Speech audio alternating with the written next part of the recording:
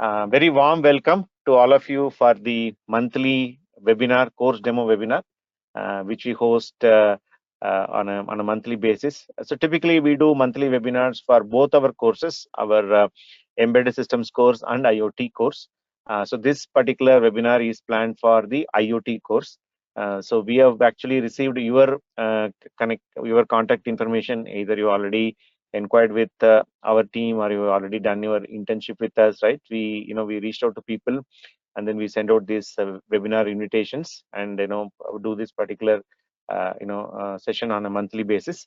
So basically this webinar is hosted by me and my colleague Mubeen.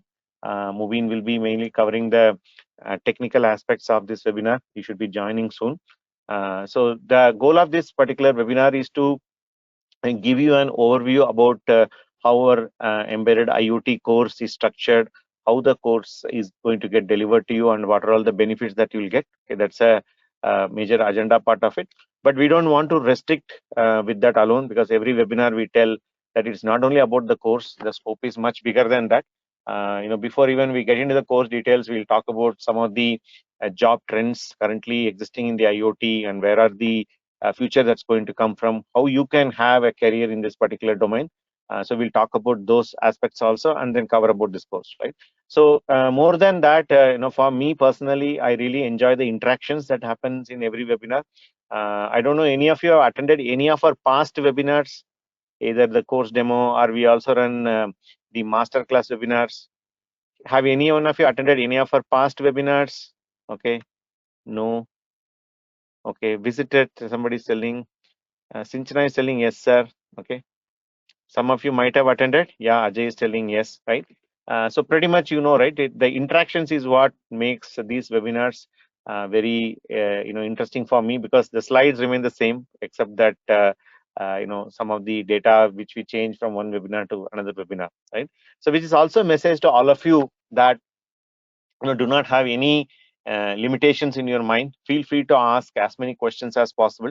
So one of the beauty of running this in webinar format is that I get a lot of questions, right? So if I meet probably all of you on a face-to-face basis, many of you may not bring up so many questions because some of you may be very shy in asking questions, right? Because in webinar there is an anonymity, right? I cannot see you face-to-face in person. People feel much more comfortable in asking questions, right? I'm sure all of you would agree with me, right? You feel more comfortable in asking questions in webinar. Can I get some responses? Yes, say Sasha. Okay, Sinchana, Chandu. Okay, that's really one of the most unique thing which I seen in webinar, because people feel shy in our colleges and classes. We don't generally don't get encouragement for asking questions, right? So one of the beauty of webinars is that you can feel free to ask as many questions as possible. Okay. I will, stop at logically at different phases of this presentation, take your questions and answer them as much as possible. My colleague Mubeen also will answer the questions when it comes to his section. But you don't need to wait. As and when the questions are coming in your mind, you can go ahead and type it in the window. All the questions are reaching me. Don't worry, because this is a webinar format. It's not like a chat window where you can see each other's questions. Since it's a webinar, all the questions are coming to me. We'll ensure that each and every question is answered, right? No need to get worried about it. In case if you don't see your answer coming in immediately, don't worry, they're all coming to me. Okay, so thank you very much once again. Shall we go ahead and start the webinar? Can I get some go ahead and some energy from all of you? Okay, Krishna, Deepak, Sinchana, Asta, great, fantastic. So let me go and put this particular slide in the presentation mode. Okay, once again, very warm welcome to all of you. So let us get started with the webinar.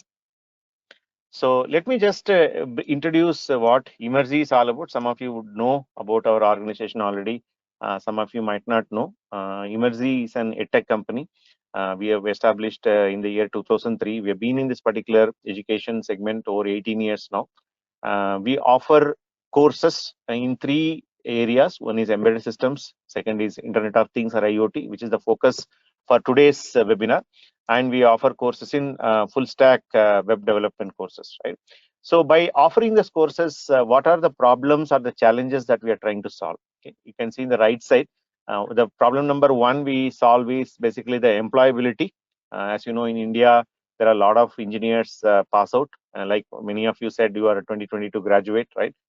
So you may not get an employment through your campus interview, right? So the one is like employability. The core reason for employability is about skills. Majority of your engineering education is done in a very theoretical fashion, so you may not know the practicalities. So that's where the employability challenge comes into picture, right? The second thing is, once you get a job, once you start working, basically your aspirations change, right? Or the job that you take up may not fulfill your aspirations. So that's where the upskilling comes into picture. So where we offer the similar courses to people who are having experience, and then we change the profile, and then upskill them in the embedded IoT or in full stack development, and then help them to get into jobs. That's what we do.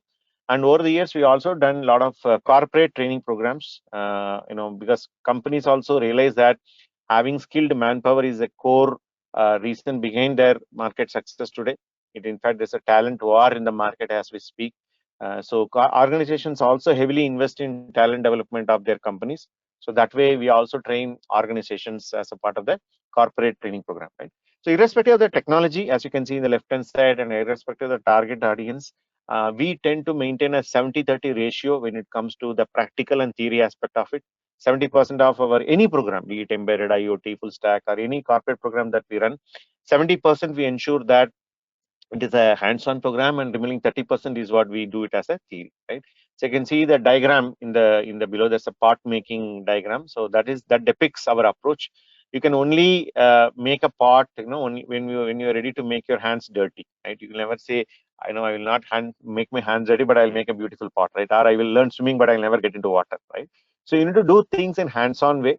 And when you do hands-on way, you do a lot of mistakes, and mistakes are the way in which you learn, and then you go ahead and build great things, right? That's the approach we take to ensure that whatever we teach has got a clear outcome associated with that. So that's what we do as an organization, right? So basically, we divide this particular presentation into three segments. First segment, we are going to talk about the placement related updates, what is happening in the job market. As I said in the beginning, it's not only about our IoT course and our placements, etc. So we are going to broadly talk about what is happening in the job market, how these job market trends are affecting our students positively when it comes to the opportunities that they're getting with IoT or any of the core companies. We'll talk about that. Then the second part, we'll move on to the technical demo of the session about our IoT course. Mubeen will take over, and he will walk you through of various ways, because whenever we talk about IoT, or even for that matter embedded, where there is a piece of hardware involved, right? Because when you're learning, let us say, full stack web development, pretty much you can learn everything using a browser. Having said that, if you're learning an embedded or IoT related course where you have dependency on hardware, either a microcontroller based board or a OS based board, right? So how are you going to work around, or how are you going to resolve this problem of hardware, right? So, or even for that matter, many of you will have queries about, is my effectiveness of the online course is same as offline course? If you do a course online versus offline, is there any difference in placement, etc.? So we'll ensure that we'll clarify all those aspects as a part of the second session, which Mubeen will be covering. And again, as a third part, again, I'll take over the presentation and talk about the placements again from a process point of view. How does the placement work? How you can apply for companies, how the shortlisting works, and how people get selected, certification, those kind of thing we'll go through, right? So let me go ahead with the first section, talk about the placements. But before that, let me briefly introduce about our leadership team. Our leadership team consisting of three people. Mr. Maz is the founder and the managing director of Emertxe. He's the one started Emertxe in the year 2003, as you saw in the previous slide. And myself, Jai Kumar, I'm one of the core leadership team member. So I have more than 20 years of work experience. In the initial 12.5 years, I worked with the three different companies. Started my career with a startup called Ishoni Networks. Worked in their networking product, home router product.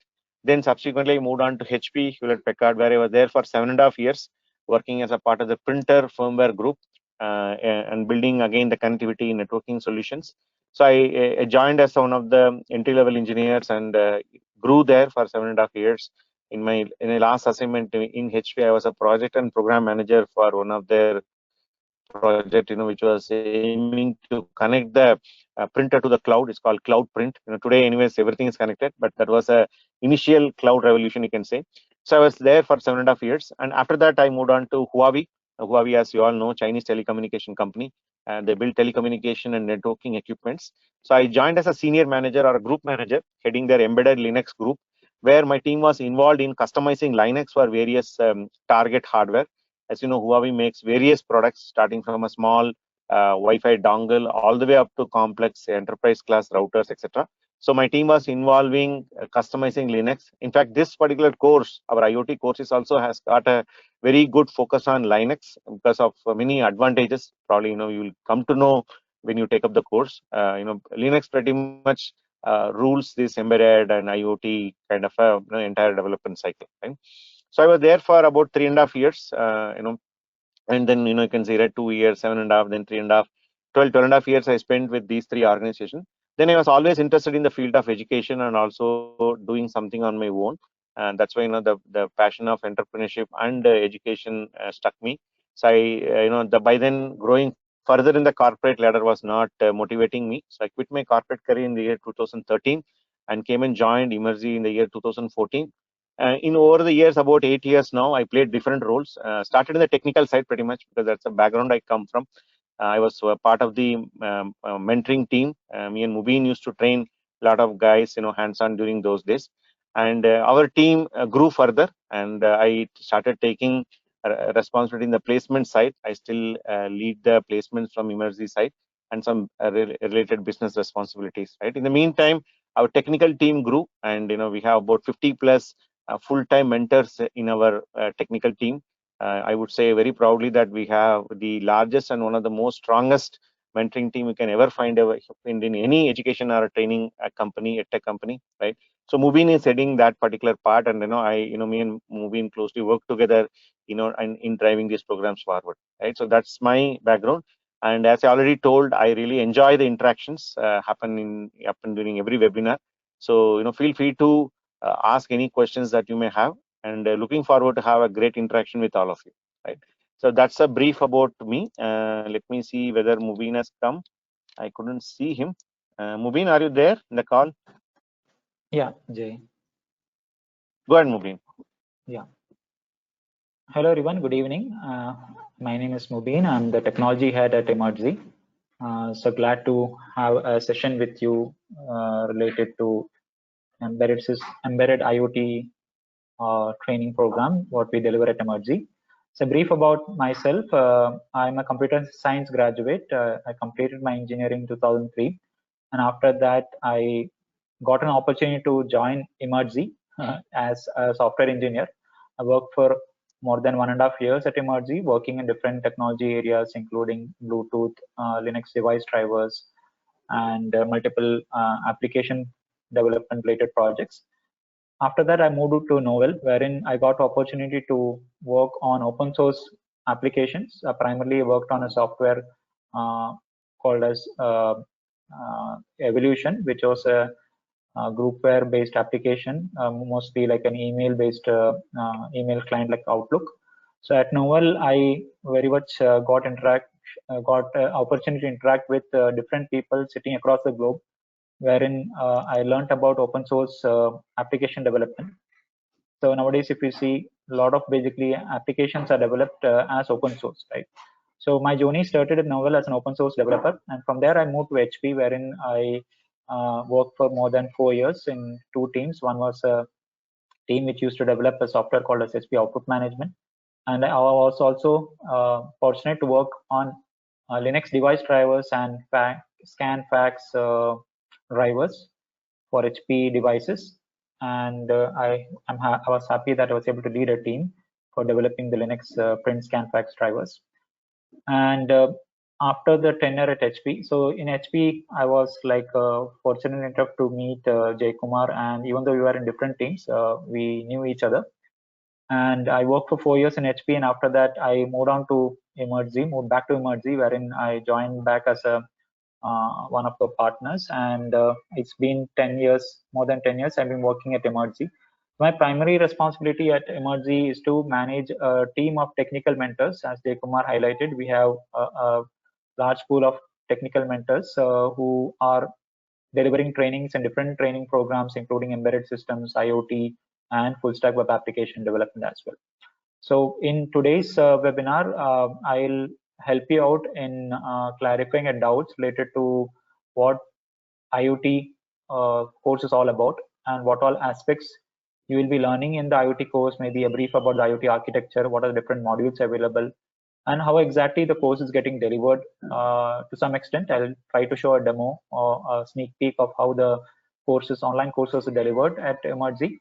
And further, if you have any questions related to the course or related to the placements, etc., you can get in touch with us. Over to you, Jay. So thanks for your introduction, Mubeen. So let us move on. So as you all know, we have been working with a lot of placement companies where our trained students, both in the embedded side and also in the IoT side, are placed. These particular companies are working in various core areas like automotive, robotics. IoT is kind of cutting through everything, like consumer electronics, industry 4.0, etc. Right. Again, these companies can be bucketed into three areas. One is like what you call as the big companies. Again, big companies are bucketed two areas. Like one is what you call MNCs, where they have their branches in India, be it company like Robert Bosch, Qualcomm, NXP Semiconductors, Mentor Graphics, which is now kind of merged with Siemens, etc. Right? These companies are multinational companies having their branches in India. Right? That's what you one set up, but they're big. Right? And similarly, we have companies who are having headquarters in India, but they're in this core segment. As you can see in Tata itself, you can see two logos: Tata Power, Tata Elxsi. They all work in these core areas. And we also have recently another company called Tata Advanced Services and and L&T connected device services. So a lot of these type of new age companies are getting spawned out from a traditional smart world communications, L&T smart world communications, right? So these type of companies are getting spawned off from India-based headquartered companies like Tata and L&T. And we also have the India-based service companies like Tech Mahindra hiring. So even though they are in a business model where they're services based, but when they come to us, they hire for their embedded or IoT-based verticals only, right? So that's a big company category. Then we have the mid-sized companies who have few hundreds of people. For example, you can see some of the companies like Partner or companies like Mirafra. So who are either involved in their own indigenous product development or they're working with a bigger MNCs like Qualcomm as a partner in doing their development, right? So those type of companies hire. And we all have a lot of startups which are hiring our students who are involved in latest example we are seeing is coming in the areas like electric vehicle is one major trend we are seeing, and similarly many other verticals of embedded and IoT where these companies hire, right? So this is a kind of a snapshot. You can see more logos are there. HP, where me and Mubeen used to work, they're becoming one of our hiring companies. Another French automotive player like Valeo is there, right? And you can see some more automotive company like Continental and LG, which is a household name, all the electronic stuff, right? And a lot of other things you can see, right? A lot of mid-sized and startup companies who are working in these core areas, right?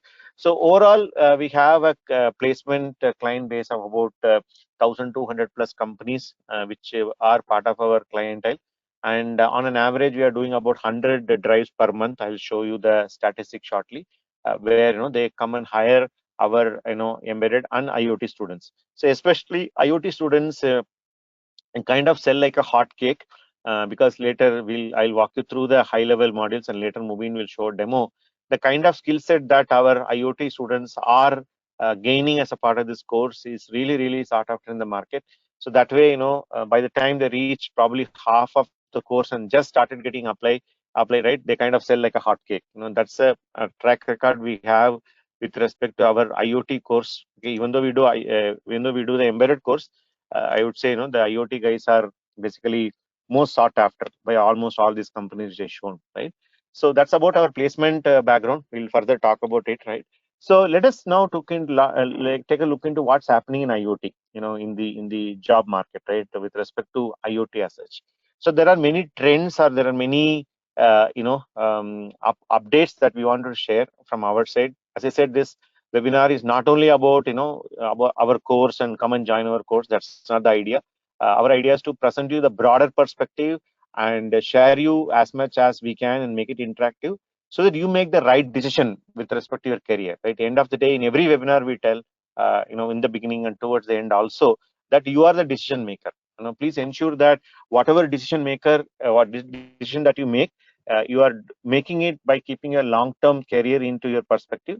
And from our side, our goal is to equip you today to via this webinar, as many information as possible so that you take the right decision. So that's the goal of today's webinar. So let us see the trends, what is happening, right?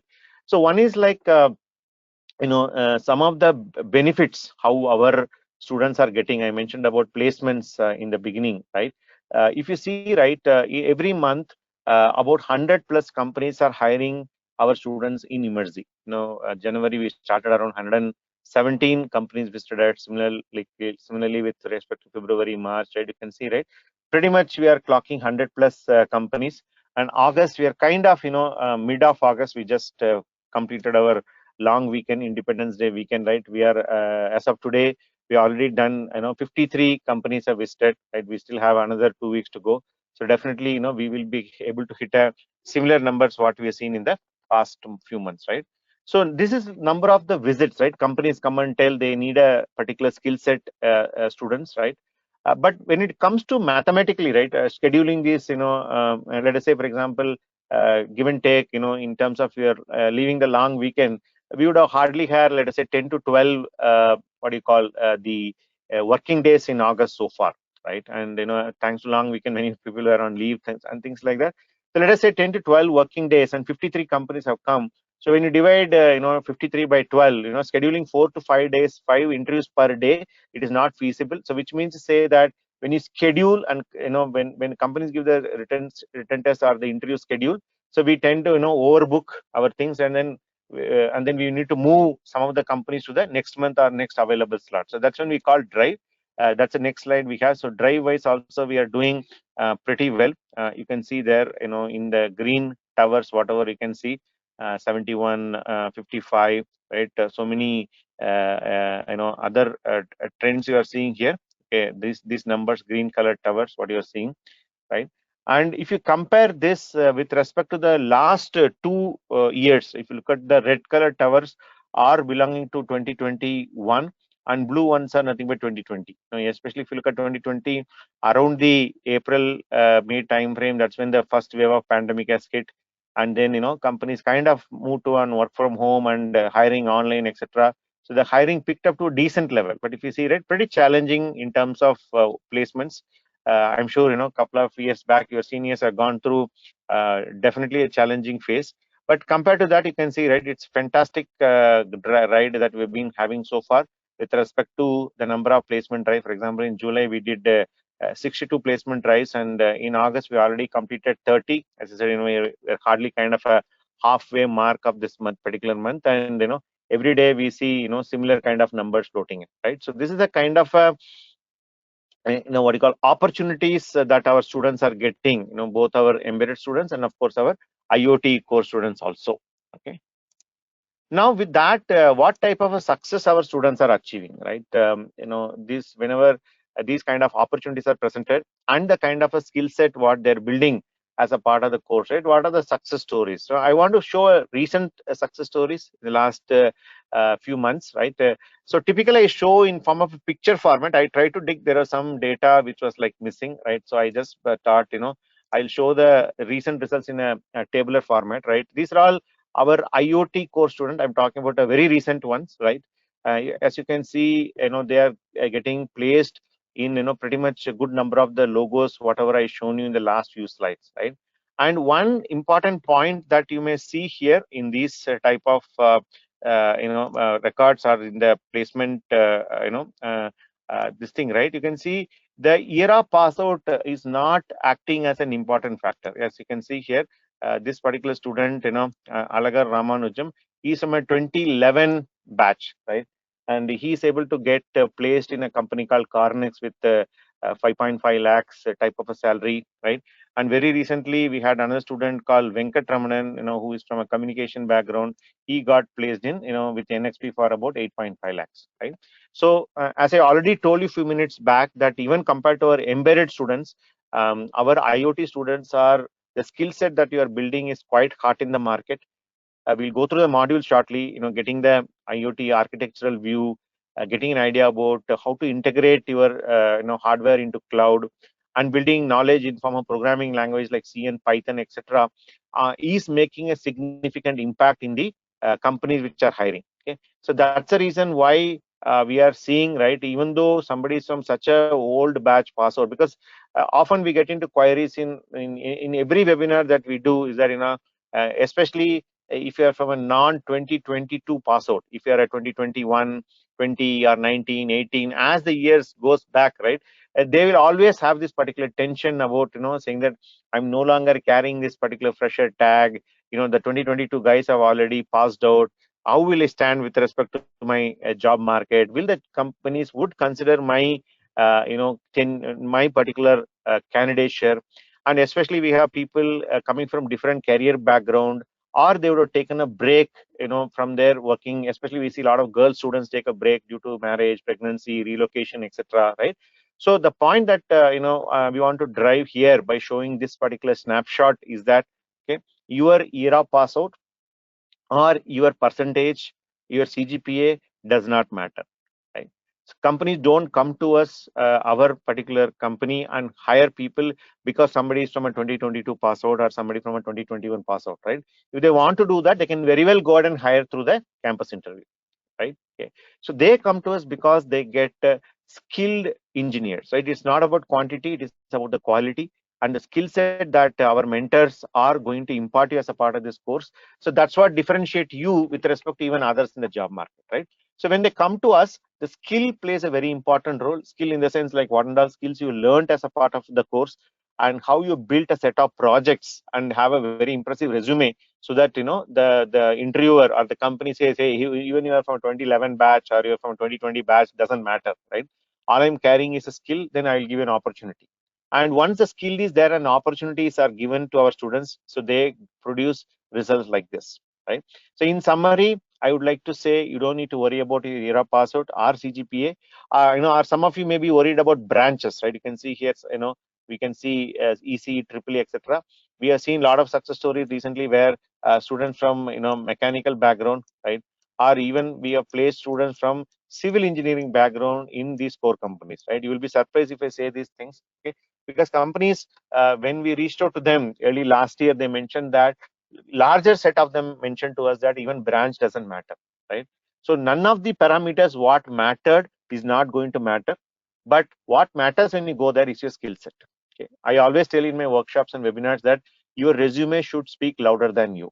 Just by looking to the resume and the skill set and the projects that you build, the organization should give you the opportunity, right? So that's a snapshot, and that's a message of what our students are cracking. And you can see, right, the kind of salary packages. I just showing a snapshot. Along with, there are tons of them getting placed, right? So as I mentioned, right, let me repeat once again, the IoT goes like poof, right? The moment somebody is available, they get into a job, right? So that's the kind of success stories we have. Okay. Okay, so let us move on to the next set of discussions about how to become an industry-ready IoT engineer, or what are the steps that you should be doing, right? So in the meantime, I would like to pause and then let me take some questions here. Will you guys helping us in building our resume? Says Ashta. Yes, Ashta. So we have a series of workshops that we conduct called Disha workshops. We'll talk about it in the subsequent slides, where we run workshops about how to basically write a resume, how to attend interviews. There are tons of mock interviews, our mentors conduct with our students. We do the entire thing. Apart from the class and lab, there is a lot of focus given as a part of the Disha workshop, which will help you to do this preparation and also build an impressive resume. Okay, hope that answers your question, Asta. Okay, Asta, can you just respond? Okay, great. So there's a question from Bharat here.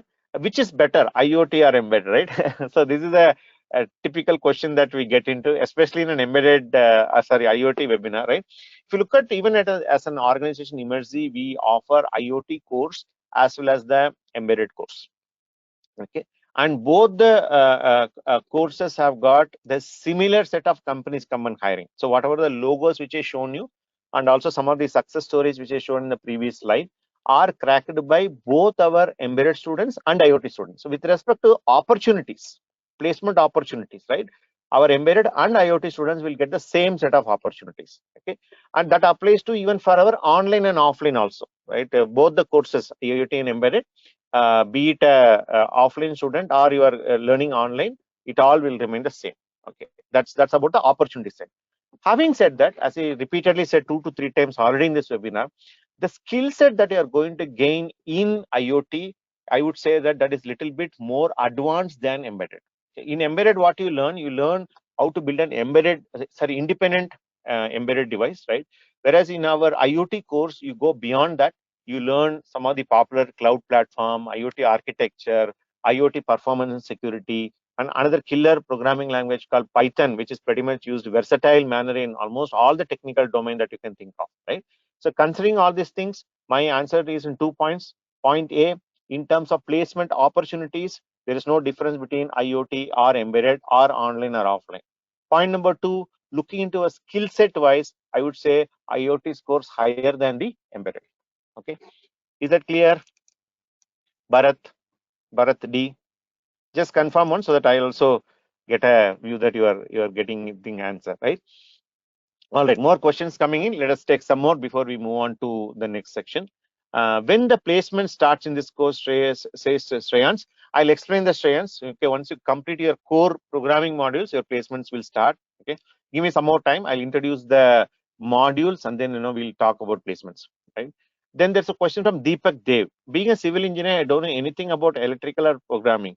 Is it difficult to complete the course? Again, this is a very nice question. Not only this question asked by civil engineers, even mechanical engineers, when they join our course, they also have the similar question. Okay, so there are again two-point answer to that. Point number one, our courses, especially both our IoT and our embedded course, does not assume you to have any knowledge, right? Even though you studied in 4 years of engineering in civil or mechanical, all our modules will start from level 0. So it is not expected that you need to have an circuit or electrical background, right? In your engineering, everything will be taught from the scratch, and as long as you are following whatever mentors are telling, you will not have any problem. Okay, that is the point number one about the answer, right? Second point is that, having said that, you may be relatively new to the programming side, relatively new to the domain side. What I request is you put a little bit of more effort compared to your other folks in your batch. That way, not only you can gain the skills, you can even surpass them, right? Okay, saying that, hey, you know what, I'm able to beat you. They take it as a positive competition. As I already said, civil mechanical engineers very much are getting placed in the core domain. Absolutely nothing to worry. Everything will start from scratch. You just need to follow what mentors are telling. Okay, Deepak, hope that clears your question. Just type in the window. Then there's a question from Mohammed Saad. Mohammed is asking, are diploma graduates from ENC department are eligible to join the course? Will you provide placement support for them, at least for some startup companies? See, Mohammed, from our side, right, we don't have any issue to give placement opportunity for any student, right? That's why, we're able to increasingly break the barrier of branches, right? That's why in the previous question that Deepak has asked, right? Any branch students can get placements, right? Having said that, larger amount of our recruiting companies. I think there's also a question from Naveen Kumar is telling, right, I am from BBA background, etc. Right? So diplomas, BBAs, or even for that matter, MSc, they're not ready to consider these candidates. Okay. So from our side, you don't have any problem, but companies are not willing to consider students who are not coming from a BE BTech background. So that way, in this course, we will not be able to commit placements for diploma, BBA, or anybody other than doing a BE BTech or MA MTech, right?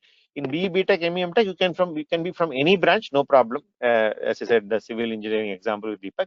But other than them, companies are not allowing, so we are not able to commit placements for you people. Okay. Hope that's clear. There's a question from Naveen also. Naveen and Bharat, sorry, Naveen and Mohammed. Hope your question is answered. Okay. Then there's a question from Akash Kabiraj, this institute, how much will be pay after placement or become placement? See, I think some of the models are evolving in the edtech, right? Where there are some concepts like you don't pay, but only you pay after you get placed, etc. We are considering those options to implement in our company. But as of now, we don't have that practically implemented. It is under consideration. So we have a model where you need to pay the fees first, go through the a course, and then get placed. We don't have a concept of pay after you get placed. We don't have it yet implemented, but it is under consideration. Okay. Similar question from Aditya Suman. I'm mechanical engineering. I don't have any knowledge about embedded or IoT. That's fine, Aditya. As I said, I know absolutely no worries. Like I answered the previous question about civil engineer. We don't assume anything. You can very well come here and then learn things from scratch. Okay. Then we have Suprita. I am very much interested in embedded, but IoTs get placed earlier than embedded. So which is better? Okay. So we'll talk about this because there is a lot of confusion about what is IoT, what is embedded, right? How they are different, etc. Give me some time, Suprita. Once we introduce you to the IoT architecture, right? Embedded is a part of the IoT architecture, right? IoT is a much bigger umbrella where embedded is part of that. And if you ask me, this particular course also has got heavy embedded focus, right?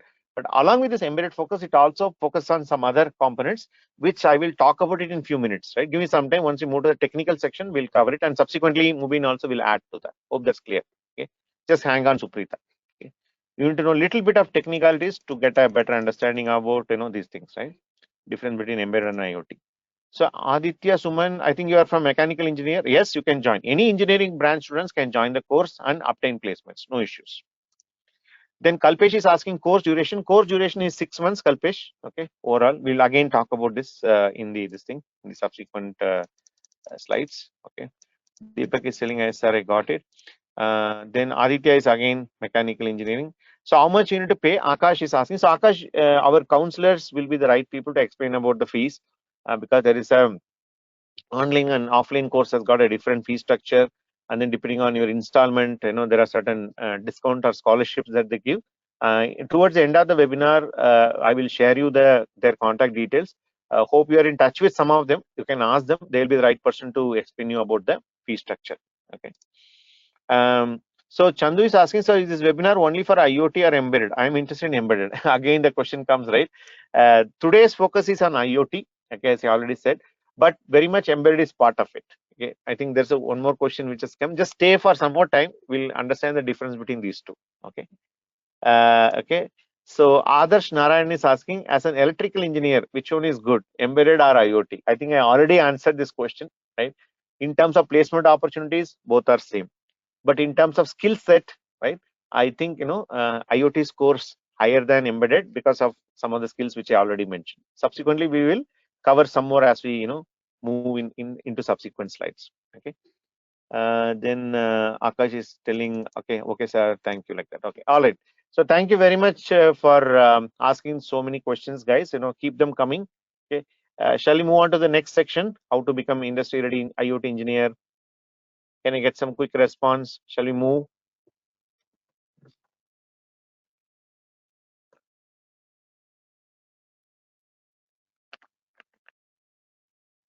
Great. Okay, waiting for that. Okay, Manideep, Asta, etc. Great. So let me move on, right? So as I said, this particular webinar, we are going to cover a broader perspective also. So how to become, right? What are all the aspects that you need to consider to become an industry-ready IoT engineer, right? Okay. Point number one that people should have when you want to become a IoT engineer is that you need to build an end-to-end perspective, right? When you say Internet of Things, right? What do in a very simple English, you will talk about I'm not from I'm from mechanical, civil, etc. Right? Let us say you are talking to a 10th class student, or you are planning to explain IoT to your father or mother who doesn't know much about technology. Let us say, right? When you say what do you mean by Internet of Things? Okay. So when I say things means anything, right? Anything means it could be mouse, it could be visiting card holder, it could be a purse, it could be a monitor, it could be AC, it could be light, right? Anything in this world is called thing, right? So what are you trying to do? IoT is a broad perspective, broad paradigm where it tries to connect everything using internet, right? Okay, that's the beauty of IoT, where you try to connect anything to anything. For example, can I connect my water bottle to my mobile phone? Yes. For example, I can put a tiny sensor in my water bottle. End of the day, it will report me how many liters of water I drank, right? Okay. So that way, anything can be connected using IoT. So the first thing that all of you should build is you need to build an architectural view. Okay, there are 5 components in IoT: IoT device, gateway, network, IoT cloud, and applications.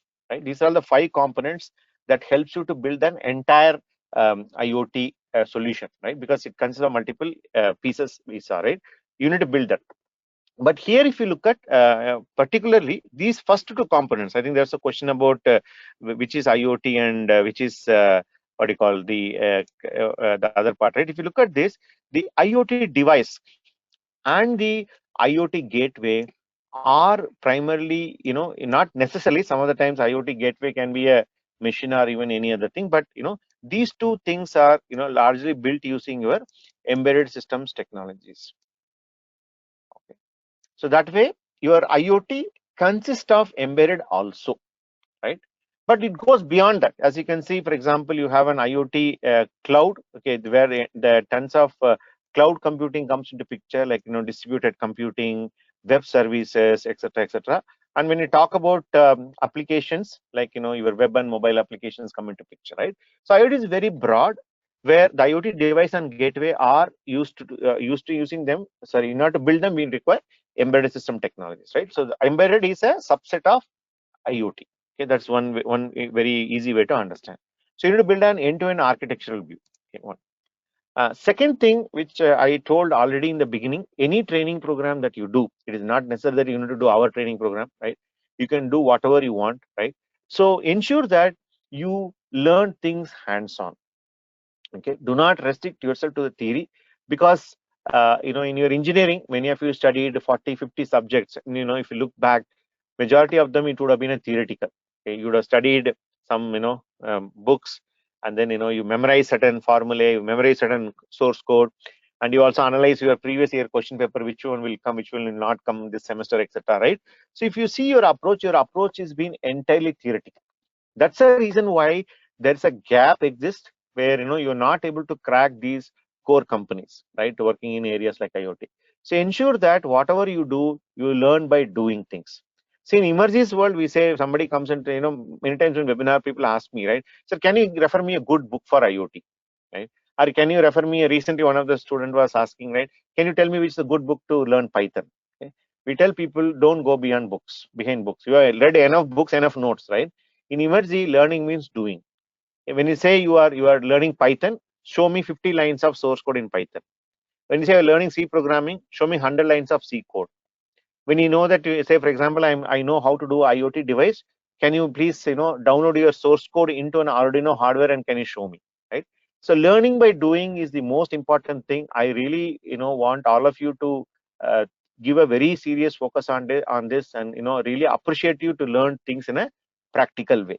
Okay, that's a second a factor that you need to consider. Third one, which I already mentioned, to become industry ready engineer. So once you have a good skill set and also good number of projects, right, very important thing comes in form of your soft skills and how you are going to represent yourself in the interview, right? Because many times I've seen students that are very good technically, but they don't know how to represent themselves. Okay? Or there is always the question that pops up in every webinar that I do with our students is that, sir, what about my communication skills, right? My communication skills are not great. My English, I cannot speak great English, right? Okay. Would you agree with me? How many of you believe that you don't have a great communication skills? I will not read your names. Just say yes or no. How many of you believe that you don't have great communication skills? Okay, I'm seeing, right, a lot of answers coming in. I'll not leave the read the names, right? So many of you have this particular fear that my English is not great, right? In Emertxe, we have very simple formula to overcome this. We say your communication is proportional to your confidence, right? It is not that you don't know English. All of you are studied English, and then you studied 4 years of engineering. You're all smart people, right? Absolutely no doubt about that. Okay? That's the reason, right? After 6 months, or when they do the course, right, people come and ask, "Sir, 6 months, how does the magic happen, right? How come people can come and get job in a company like Robert Bosch and NXP, right?" It is basically the confidence, right? So when you're confident, naturally you'll be able to express yourself well in the interview and you get selected, right?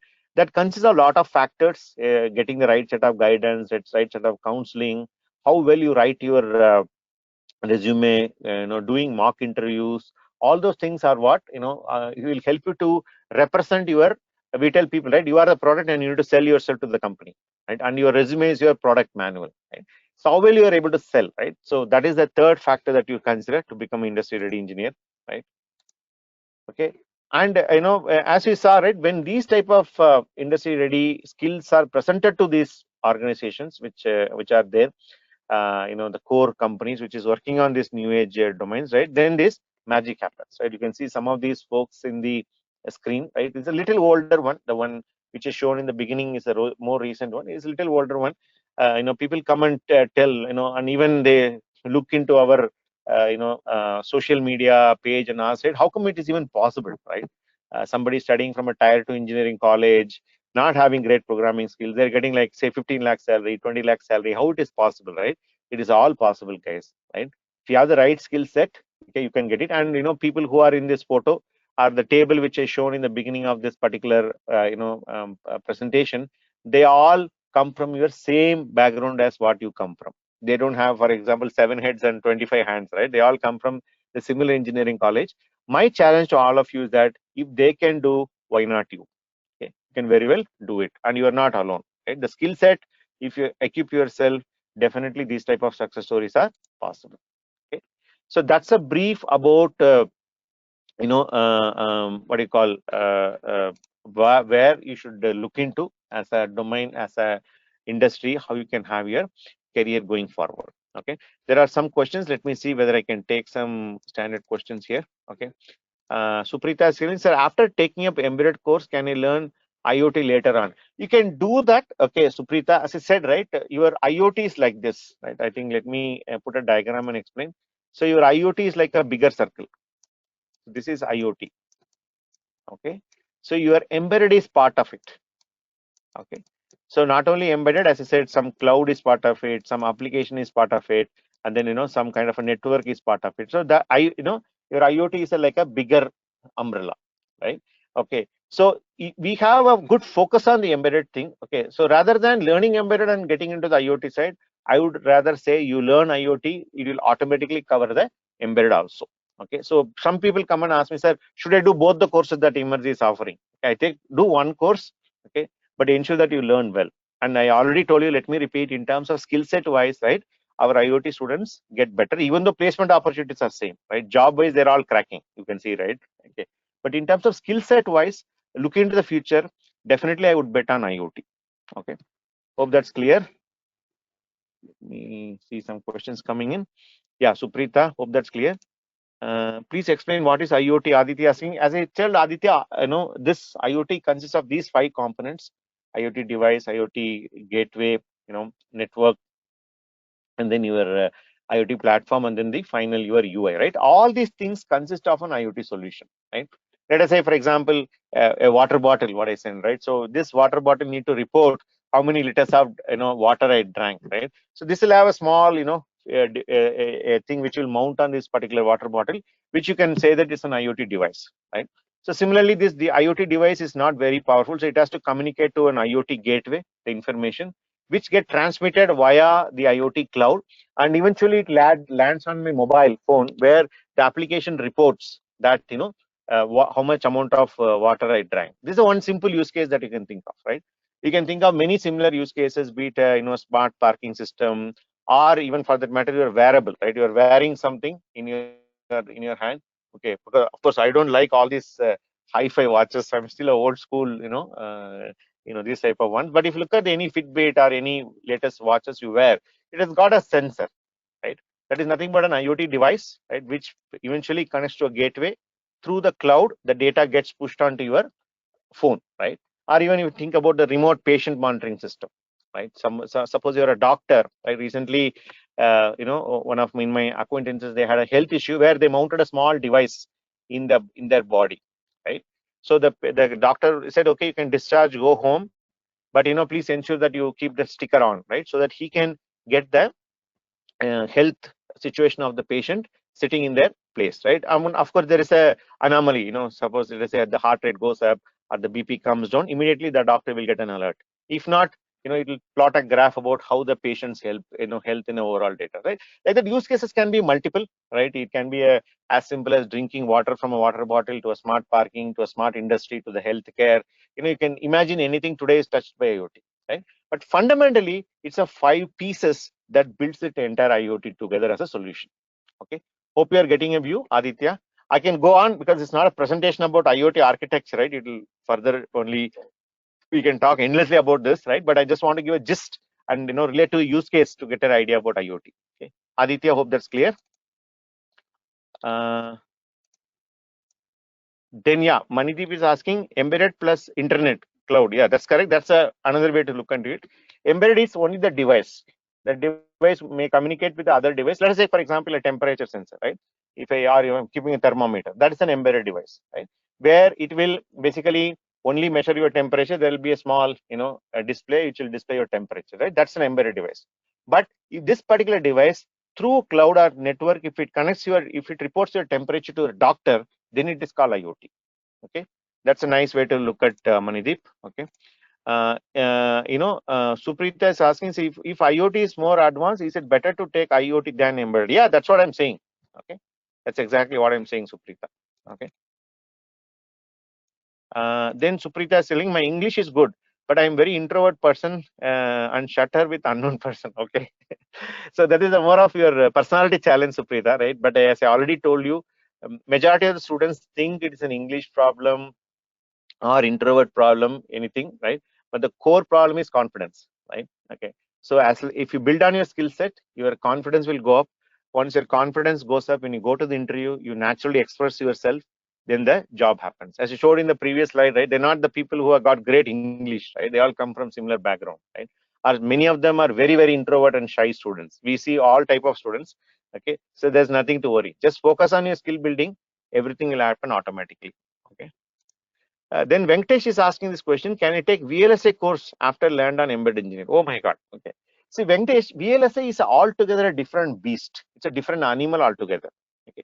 So when you talk about embedded or IoT for that matter, predominantly we are talking about software. Okay, where you are going to write a code using C or Python, where you are going to program a device using that, right? That means say what the board or a chip or a particular hardware is already given to you. Okay, but if you talk about a VLSI or a chip design, which comes way before that, right? For example, you can compare like your hardware is like a body and software is like a life, right? Okay, so IoT talks about life, or your embedded talks about life, but predominantly it's about software. Okay, but what before the life comes, right? Your body should be that, which is nothing but hardware. So your VLSI comes way before that, which has got, even though there is always this connotation happen, VLSI and embedded, VLSI and embedded. Please note they are different. VLSI is very much different from embedded. You can't even compare, right? Between IoT and embedded, you can compare, as I shown in the diagram, right? It's part of it, very much connected. But the skill set that you require to be a successful VLSI engineer versus the skill set that you require to be a successful IoT engineer is very different. Don't confuse yourself. If you're interested in hardware side, go for VLSI. If anything not other than that, if you want to come in the core side, software side, choose either embedded or IoT. Lot of confusion around this. Thanks for bringing it up, Venkatesh, right? Um, Asha is saying, I've taken the embedded system course, so IoT will be covered in it. Not necessarily. If you're taking our embedded course, I'm talking about our embedded course, we only talk about the independent IoT, embedded device. We don't talk about cloud, or we don't talk about Python. We don't talk about the IoT platform, right? But if you take our IoT course, it will talk about embedded. It's not vice versa. Hope that's clear, Asta. Okay. Akshay is telling, oh my God, it's flooding. What is the course? What is the course? Right? So your message is reaching me, Akshay. As I already told you, just wait. I'll share our, what do you call, our counselor detail. They will be able to share, right? Then Shreyansh is asking, electric vehicle company. I don't know what you mean by that. Yes, good number of electric vehicle companies do hire our students. I don't know in the previous slide when I showed you recent success stories, whether you saw our own IoT students are hired by Mahindra Electric, which has become our regular recruiting company. As you know, right, your electric vehicle has got lot of connection with IoT, right? Okay, so Let me just come down. Akshay is flooding. Aditya, don't flood me with course fee. Okay. Okay. So Deepak is asking, is there any chance that the course may get extended beyond 6 months? Yes, Deepak, that's possible. Okay. In fact, if you ask some of our old students who are doing the course, I think we might have very well spoken, I guess, right? They say, you know what, they say 6 months, and you know what, the course will get delayed by a month, right? Okay. So I would not use the word called delay. Okay, let me explain what happens in our course, right? Practically. Let us say, for example, a mentor is teaching a C programming, right? And then the mentor will give you some deadline to complete the assignment or a project, right? So now let us say they give a deadline to complete the assignment or project, and the mentor finds that the larger set of the students in a batch are completing the assignment slower because the learning pace is slow, or they're not spending enough time, or they have a lot of doubts. They need to spend a lot of time. What our mentors end up doing is they give some more time for our students to complete the assignment and projects. Okay, please note, when they give some more time, the mentors are with you only. We are not going for a vacation knowing that 1 month all the mentors are off for vacation. That's not happening, right? So the reason why we give time is we have two choices. Okay, one is like you run the entire training program like how you run a college semester, right? When a college semester, when the semester is going to start, when the first midterm exam will happen, when the second midterm will happen, when the end semester will happen, right? Pretty much you have the entire calendar ready. If we tell our mentors to run like the way, they can run it, no problem. Okay, but the goal for us is not to strictly go by that 6 months schedule. Rather, we want to ensure that you guys get placed. Okay, so again, in order for you to get placed, it is not only that we run the program. You see, that way, if you see in college, we have 8 semesters, right? Semester after semester, right? But what was the output, right? We are heavily output focused. So what happens is mentors, by giving you guys additional time for prepare for your submissions, and what happens, sometimes they conduct extra workshops. Okay, and then suddenly what happens, sometimes students start appearing for placements, etc., etc. Due to these reasons, they give more time. That's the reason why people get more time. Please note, that is an investment on you. Okay, we are spending more time with you to ensure that you learn well and get placed. Okay, hope that's clear, because this comes in many of the webinars, right? Okay, sir, it says 5 months, it gets 6 months, 1 month get delayed, etc. I request not to use the word delay. That's an investment that you're putting about on yourself. And mentors are going to be with you. They say, okay, fine, next 1 month, no class. That's not the idea, right? Considering the student learning pace, they give more time. That's why it's get delayed. Okay. Okay. Let me see. Venkatesh says, thank you, sir. Then Jaydeep is asking, will modules like RTOS and Linux device development will be taught in IoT course? The answer is no. Okay, Jaydeep. Linux device driver, definitely it will not be part of IoT. In fact, we had it as a part of our embedded course sometime back. But what we found was, this particular topic, Linux device driver, is too advanced for an entry-level engineer. Right? They are finding it extremely hard to grasp, so we dropped that idea. Okay, so that way the Linux device drivers are not going to be there. Coming to RTOS, if you see, as I mentioned in the beginning itself, our course, be it embedded course, and of course our IoT course, is focused on Linux. Okay, and people who know reasonable amount of Linux would know this concept also, that Linux is not a real-time operating system by default. Of course, you can make it as a real-time Linux by, there's a flavor of Linux called RT Linux and things like that. So since our course is based on Linux, so per se we don't do an RTOS module, right? But having said that, in our IoT course, we do teach you some of the RTOS concepts. For example, given an operating system, right? How do you make it as a real-time operating system? So what are the scheduling considerations, and what are all the memory considerations, and what are all the other interrupt control mechanisms, right? What are the aspects that you need to take care so that your OS can become an RTOS? Okay, so that's how it is done. The RTOS concept will be taught as a part of that, because we are based on Linux. Linux device drivers is not part of the course. Okay, hope that's clear, Jaydeep. And Shreyansh is asking, which electric vehicle company comes, right? I already showed you guys the Mahindra Electric. Ola Electric comes to us, and there is another company called Oxtra Energy comes to us. I think apart from that, CB and another 3-4 electric vehicle companies are coming, right? I would say some 7 to 8 electric vehicle companies are there. As per my knowledge, it could be more. Okay, so Shreyansh, please check out our placement page. I don't know how many of you are following our social media, where we'll keep publishing. You can check them against that. Okay, because in my memory, right, it's running out because there are so many logos, so many companies are happening. I'm not able to. At least half a dozen, electric vehicle companies are hiring our students, right? Then there's a question from Kalyani. I have experience in analog circuit design. What is the best course I can opt for? Again, it depends on your interest, Kalyani. If you are heavily focused on the hardware side, I would suggest that you can go for the similar courses. Okay, if you are interested in analog, you can definitely focus on the VLSI side itself, as I told you a few minutes back. But if you wanted to come to the software side of it, the core software or the embedded firmware or an IoT firmware, you can consider the software side also. Okay, it is your choice. Okay. It is so interesting, but I need practical training. How can I get it? Says Hemant. Definitely, Hemant, that is the focus of our training programs. As I told you initially itself, 70% of our training program is practically done.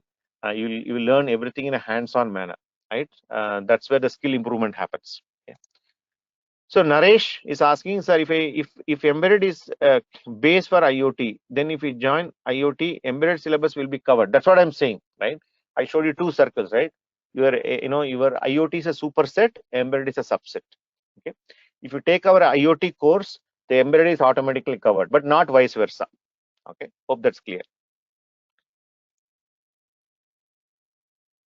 Then we have a question from Muhammad Arbazur Rahman. Okay, hope I'm pronouncing it right. Arbazur. Yeah, that's correct. Okay.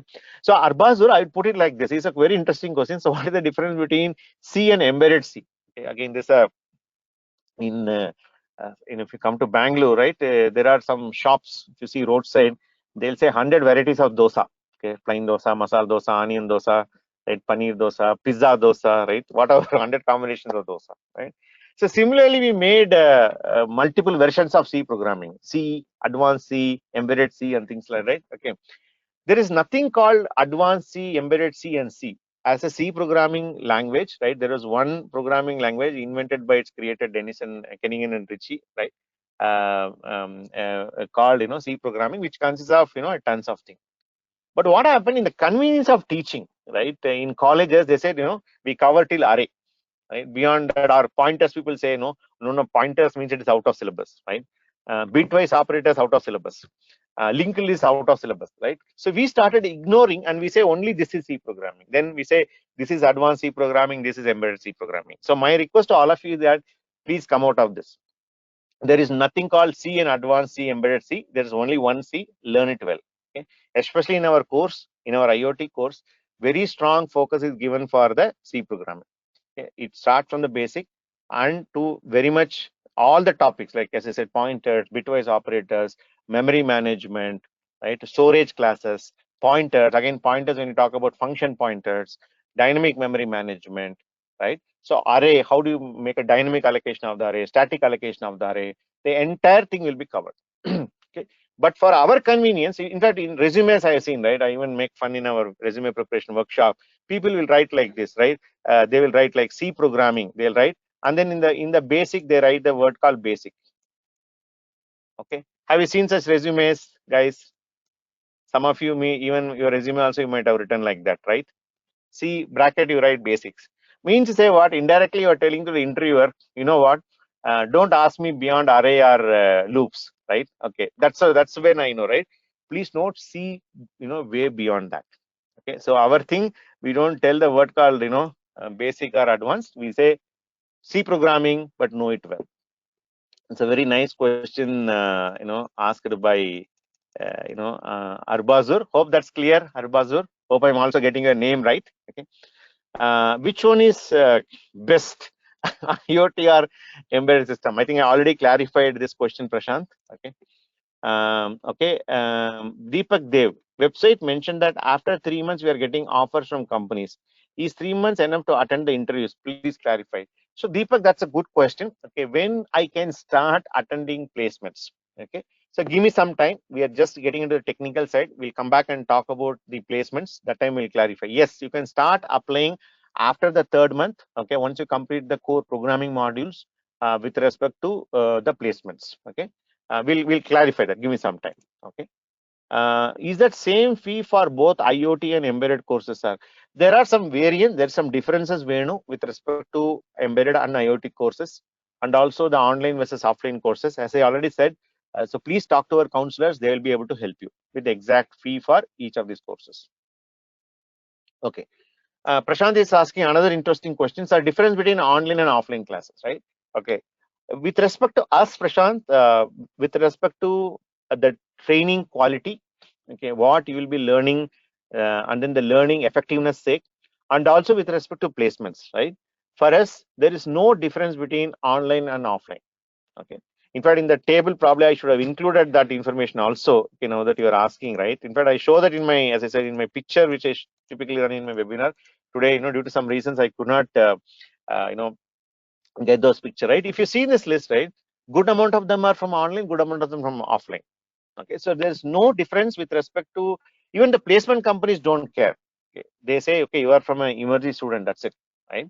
So there is no difference with respect to online, but yeah, delivery method, there's a difference. Physical class, you need to come here to Bangalore in our center here in MG Road, but online means you learn from home. There are some differences in the way how the course is delivered. Give some time, Mubeen will further, talk about that. Okay. Okay. Hemant is asking, would you help me to train in India companies, please? I don't know what you mean by India companies. Okay. All these companies are based out of India only, Hemant. Okay.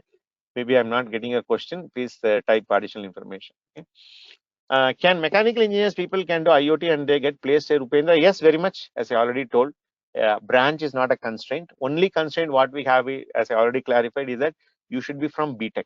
That's only BTech or MEM Tech. That's only question, only criteria we have. Okay. Prashant is telling I had joined late. Okay, we'll probably come back, Prashant. Okay, because we answered it multiple times. Which one is better, online or offline? Says Kalpesh, both are same. Okay, there is no difference, as I told, in terms of training content, training quality, training effectiveness, placement. Today, there's no difference in placements also.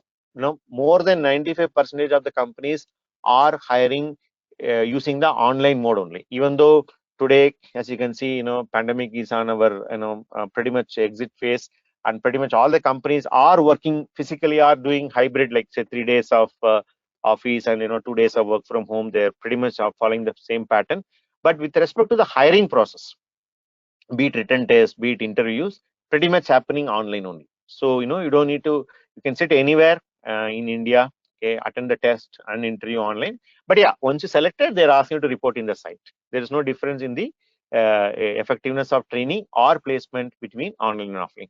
Rather, I would say it's purely your choice, because we are seeing both the varieties of students. Some students are telling, no, sir, how much ever you tell, I want to come physically sit, I want a mentor in front of me, the mentor should take a marker and explain, that's what I want, right? We said, fine, that's your choice. Some students say, no problem, I can, as long as I have a decent computer with me and a laptop or rather internet connection, I can learn from anywhere. That's their choice. Okay? I'm telling you, you need to go to Delhi, right? There is route A, route B. That's the only difference. But you are eventually reaching Delhi. I would put it like that, right? So your choice. From our side, Emertxe side, or from the placement company side, our training department, placement department, no difference. Companies also don't care, I would say. Right?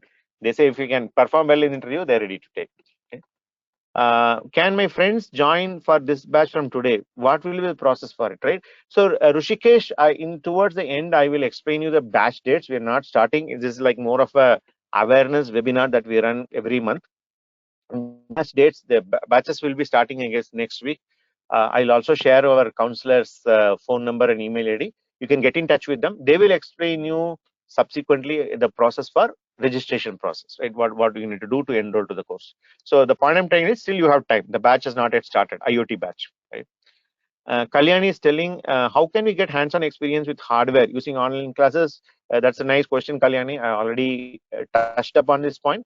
Give me some time. Mubeen will be showing a live demo about how do we make the online course as effective as offline course, especially with respect to hardware. Okay, give us some more time. Okay. Venu is telling, based on our interest and focus, we have to choose either online or offline. That's correct. That's exactly what we mean. Venu is kind of reading my mind. Okay.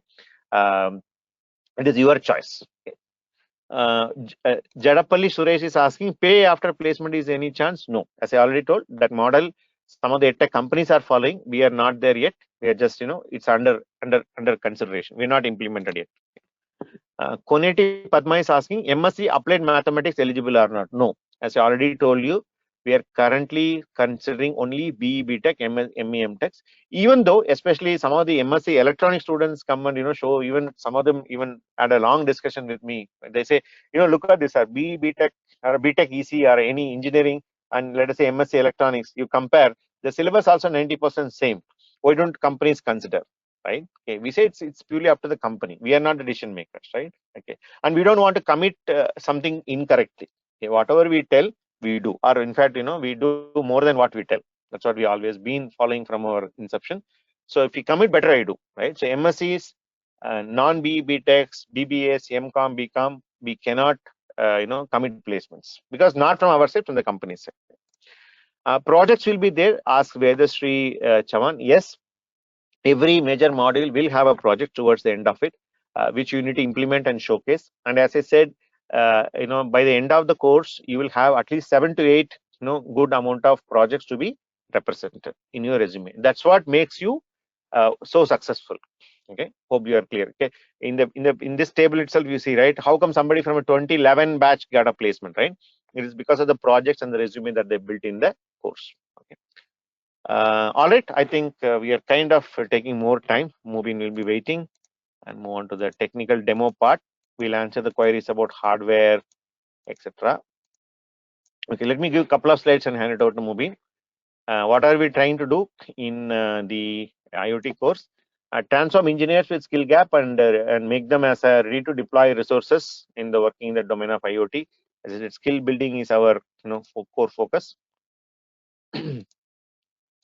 So with respect to course, we have two options. One is offline. Good number of questions have already come there, and then we have this online option also. Okay. Online, when you say, right, online evening option is available as of now. So at a high level, I'll explain. Then subsequently in the second slide, I'll show you more details. With respect to offline, it is very obvious. You need to come to our Bangalore office, come here, sit in MG Road, do that. So predominantly it is taken by freshers because working professionals, who are already having the day job find it difficult to come here, right? And they cannot leave their jobs also due to certain personal reasons, so they won't come. Okay. With respect to online, we call it as a virtual classroom plus interventions. All our classes are live, like how we are doing today. And then these sessions also will be getting recorded. In fact, today's webinar also is getting recorded. We will ensure that this recorded, and some of you mentioning me that they joined late. Prashant is telling, right? We will ensure that this recorded video shared with you, so that you can watch out the missed section. That applies to our classrooms also, right? All the classes will record it. Anyways, Mubeen will show a demo shortly. Plus interventions. So interventions is the key differentiator. Okay, it's not only about you learn classes, you need to do practical, and you need to learn support from the mentors, and then subsequently how you can ask doubts, etc. So Mubeen will show shortly, right? And what is the beauty of online? You can learn from anywhere. Like in the beginning, I asked where are you joining this webinar from? Pretty much all parts of the country are outside India also, people mention, right? You can learn anywhere, and you can be anyone. You can be a student, fresher, working professional. You can take this course, right? So let us do a detailed comparison of these two courses across various parameters. Detailed busy slide, just cooperate with me. So do you know the differences between online and offline courses?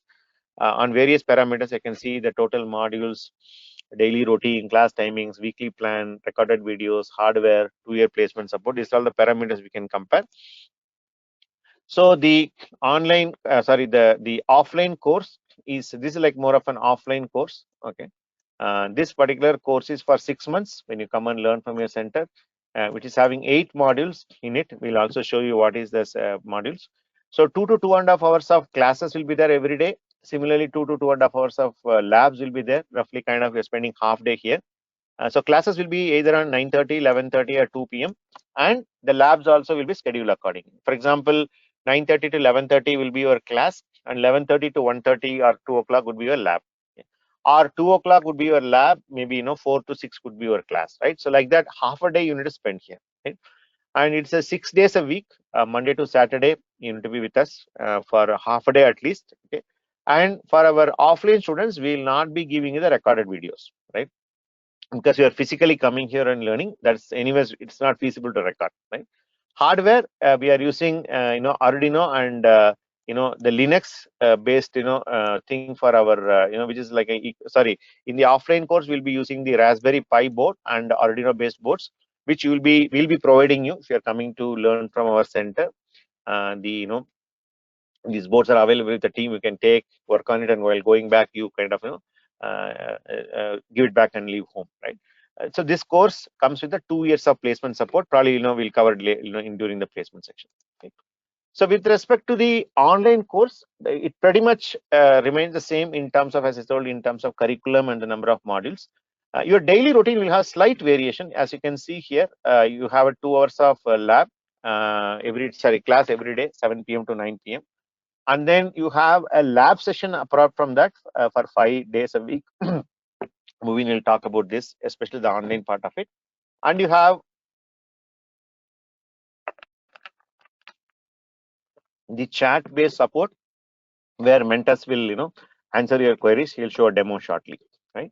For our online students, basically, we will be providing the recorded videos via a portal called Learning Management System, where you can log in the previous days. Lessons will be uploaded there. And hardware, we are using simulators for our learning. Mubeen will shortly demonstrate it. But as I said, with respect to placements, both online and offline are same. Okay. These are differences. Okay. I think this is like more of a detailed one, mode of delivery. Okay, so I think I will hand it over to Mubeen. Subsequently, I'll come back and take it up. Mubeen? Yeah, sure, Jay. All right. 1 minute. Let me make you as a presenter. I'm already a presenter, not a problem. Okay, let me unshare. Yeah. Go ahead, Mubeen. Yeah, I think. So many of you had queries about hardware, how the course is getting delivered online. So please listen to this section, and you can also ask Mubeen the questions by typing in the chat window. Go ahead, Mubeen. Sure. Just a second. I'll go off the video. No problem. Yeah.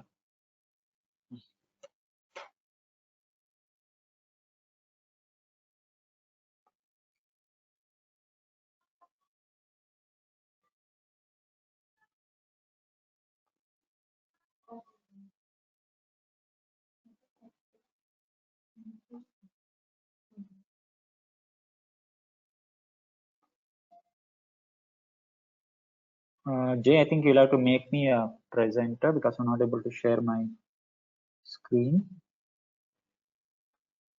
Okay, give me a minute.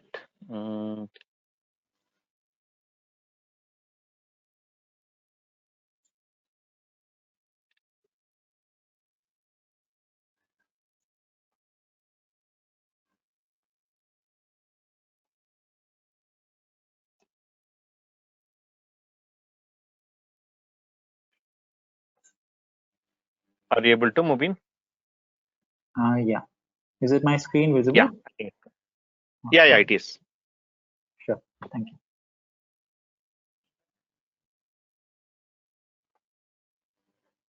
So, folks, what I'll do is I'll brief you about how the training is delivered. So, as far as questions related to IoT and embedded is concerned, or IoT is concerned, I think most of the questions have been answered. So, what I'll do is I'll briefly talk about how the course delivery is done, and after that, I'll also show a demo of some 1 or 2 sessions, including the online. What is that IoT module, which is Arduino. And I'll also show you a demonstration of our learning management system, how exactly the contents are available to you, and what are the support mechanisms available, etc. So to brief about the course delivery, so if you look at the screen, every subject, right, comprises of different components. First, you'll have the class, which will be either online or offline depending upon the course which you choose. And class typically runs for a duration of 2 hours. Similarly, lab also is available. So lab also is scheduled on a daily basis. Lab also will run for a duration of 2 hours if it is like offline, or approximately 1.5 hours if it's 1 hour if it's like online. And this happens on a daily basis. So more details I think is available to you in the slide form. We can share it to you. But what I'm trying to tell is that to understand the concepts, we'll have to attend the classes, and these classes are delivered in both online as well as an offline mode. Similarly, lab also is available in the online as well as offline mode. So difference between online mode and offline mode for the IoT hardware, I will show you shortly how it is different in case of online and offline. And you will be given assignments for each module. So assignments are related to programming. For example, if it's C, you'll have to do programming related assignments. If it's like Arduino, you'll have to implement Arduino peripheral based application, as well as you have to work on projects. So you'll have class, you'll have lab, you'll have assignments to complete on a regular basis. Plus, at the end of the module, you'll be given projects. So project will help you to build uh, what is that applications which which is based upon concepts you're learning in the subject. So at the end of the module, you're giving 1 or 2 projects which you can work on. Typically it takes maybe 3 to 5 days to complete the project, and this project will have a lot of weightage when you add it to the resume, right? It's important that showcase the projects in resume, so that when you send your application to the company gets impressed. Yes, this candidate has worked on these many projects, then we should definitely shortlist them, and so on. And to assess you and evaluate you, we have 2 things. One is objective test, other is module test. The objective test is more of MCQ questions, which will test your conceptual understanding as well as your programming skills. And plus you'll have module test, which is more of like a mixture of objective, subjective, and programming questions. The idea of giving the test is to for you to check where you stand in terms of your understanding. And similar questions, if not the same questions, will definitely come in the interview or written test for company-based drives, placement drives. So overall, these are the these are the components which will be delivered as part of the subjects which are going to learn as in the IoT course as well as embedded course. Now, in terms of support mechanism for like to get clarified doubts and for you to seek help in doing assignments and projects. So we have multiple support channels. One is you can ask questions live in the class, live in the lab, right? So that is live doubt clarification and questions you can get it answered. Let's say you want to get support after the class or after the lab. Still, you have support channels open. One is you can will be enrolled into a WhatsApp group wherein students of your batch as well as mentors who are taking class or lab on that batch will support you. So anytime like between 9 to 6, 9 a.m. to 6 p.m., you can post your questions and definitely mentors will answer your queries. We also encourage like your students to help each other so that we can like what is that do social learning. So apart from that, you will be having doubt clearing sessions in the during the lab time. So whenever you have any doubt, you can ask doubts in the doubt clearing session. So you also have a dedicated discussion forum in the learning management system LMS. I'll show you a demo of it. So you can also use the LMS to post your queries, and even students as well as mentors will be answering you to help you out. Apart from these things, in terms of placements, right, it's important that you focus on the subjects which you're learning. So if you study these subjects properly, definitely you will get placed. So when you attend interviews, right, whatever we teach, the same thing they're going to ask you in the interviews. There is nothing much difference. I would say 90-95% of the times, whatever you learn here, the same thing they're going to ask. Only things you need to be prepared. So to equip yourself so that you are better prepared, we conduct different things. Like for example, we schedule mock interviews for you. So many a time what happens is that students don't have confidence when they face interviews or attend interviews with a client, right? So we make sure that before you go to the client, you attend mock interviews, and we'll ask you questions which are technical, etc. We'll assess you, and you'll be given a score, right, in terms of your performance, where you stand technically, how you're performing in terms of your introduction. Are you basically how is your communication level? The feedback will be given to you, and this will help you to know where you stand in terms of your technical understanding, in terms of your communication skills, and so on. So similarly, you will be given we have a huge database of company specific interview questions. So whenever we conduct a placement drive, we create something called we create a WhatsApp group, and communication happens through the WhatsApp group as well as email channels. So whenever an interview is completed, we make sure that students who complete the interview, they post the questions which was asked in the interview. This way, we have a huge collection of company-specific database questions, which is not available to anybody who's outside Emertxe. Okay. Apart from that, we do conduct placement preparation test as well as interview preparation sessions, which will help you to crack the interview. So overall, what we are trying to tell you is that apart from attending classes, we'll be given enough basically support in helping you get equipped for the interviews. Okay, so these things are apart from the classes. Then we have a student success team, wherein if people need additional support in terms of counseling, right? So many of them may have challenges, maybe personally or mentally, etc. So we have a dedicated student success manager with whom you can talk, and you can seek help in terms of getting your yourself aligned, or maybe seeking support to help you in coming out of difficulties, etc. So more of coaching, which is more of a psychological coaching, you can expect from the student success team. So we also are open to feedback. You will be given a feedback forum wherein you can share your feedback related to course delivery, etc. So that if there is anything to be improvised, we can definitely look into it. All right. So this brief about the modules which you deliver as well as the placement preparation sessions what we conduct. Apart from this, I'll walk you through the LMS to give an idea like how the contents are organized for your courses. So here, if you see, this is a learning management system portal. LMS stands for learning management system. It's like more of a web portal. So whichever modules or subjects we deliver, for each module, you can see there is a course entry over here, right? For example, you can see there is Advanced. So this particular student logged in as another student. This is an IoT student. In fact, he got placed in a company, IoT-based company. So I'm just navigating and showing you how the dashboard will look like, right? So if you look at this screen, you have different menu items on the left side, and all the modules which you opted will be accessible to you any point of time. So in terms of modules, for example, in IoT, you have Advanced module. So this particular student has almost completed the course. So here you can see different activities and resources, right? So for example, you can see assignments, you can see attendance, you can see feedback, you can see quizzes, you can see other resources, for example, PPTs, source code, etc.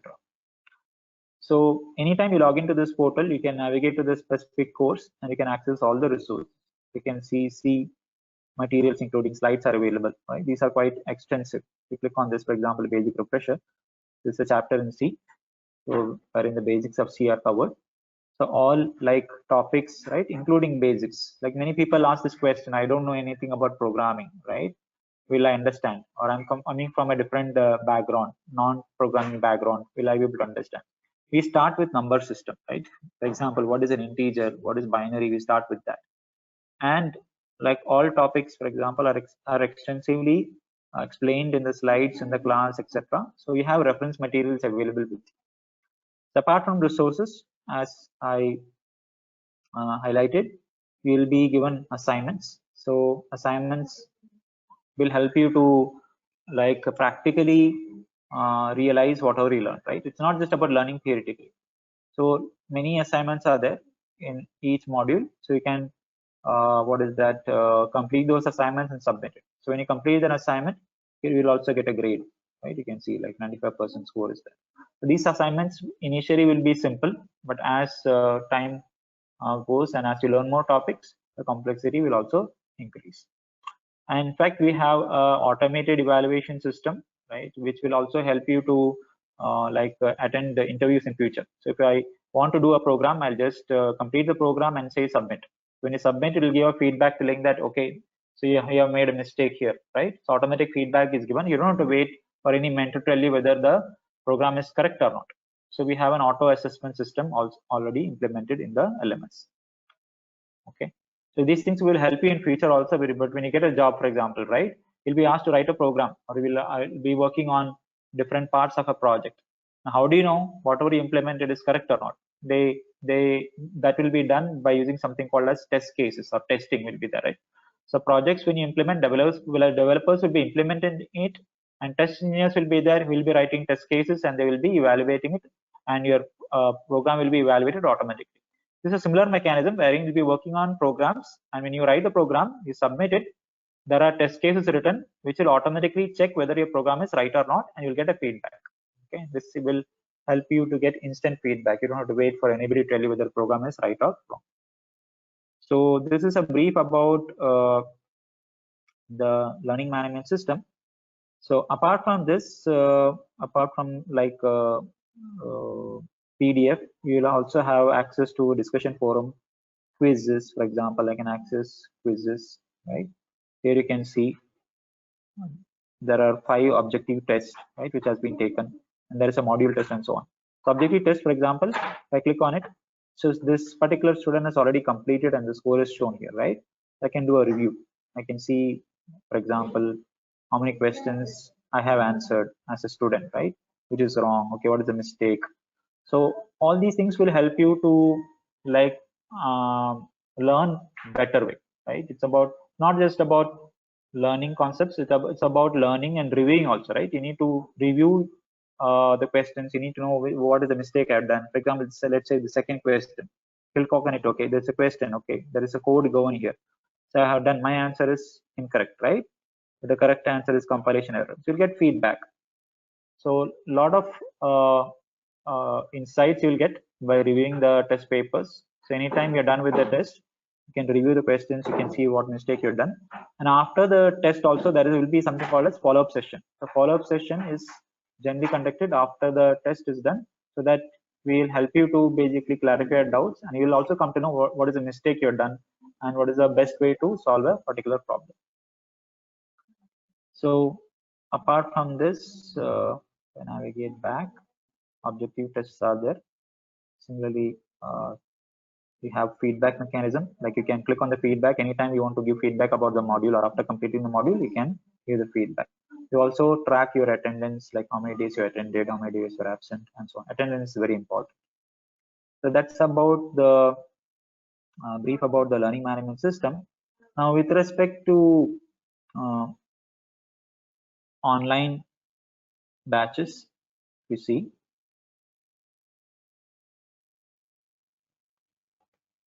you'll also be given access to recorded videos. Okay, so I'll show you an example of how it looks like.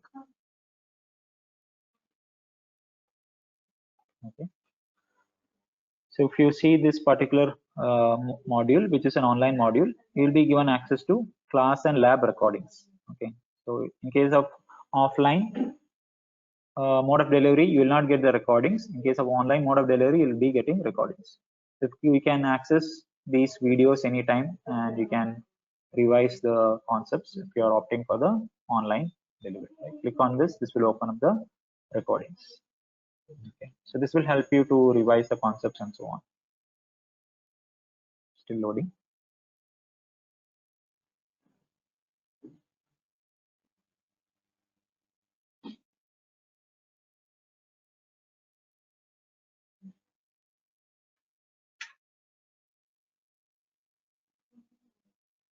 Okay.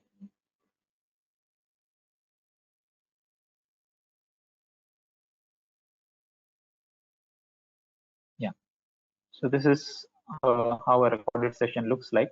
You can see the video, you can click in the bottom, the slide interactions are there. So I'll close this for now. So what I'll do is I'll further show you a demo of how the actual classes are conducted in case of online mode. In case of offline, face-to-face interaction is there. In case of online, many people are interested to know how the programming classes are delivered, how the hardware-based module, which is Arduino in case of IoT, is delivered. You'll get a view of it. Further, if you have any questions, right, you can ask. Let me share my share the videos.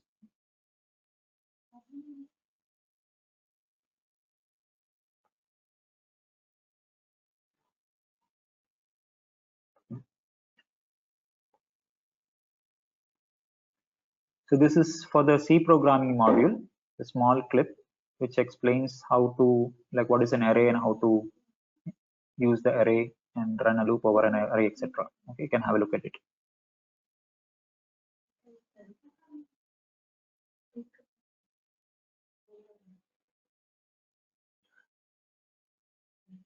These are the total memory allocated.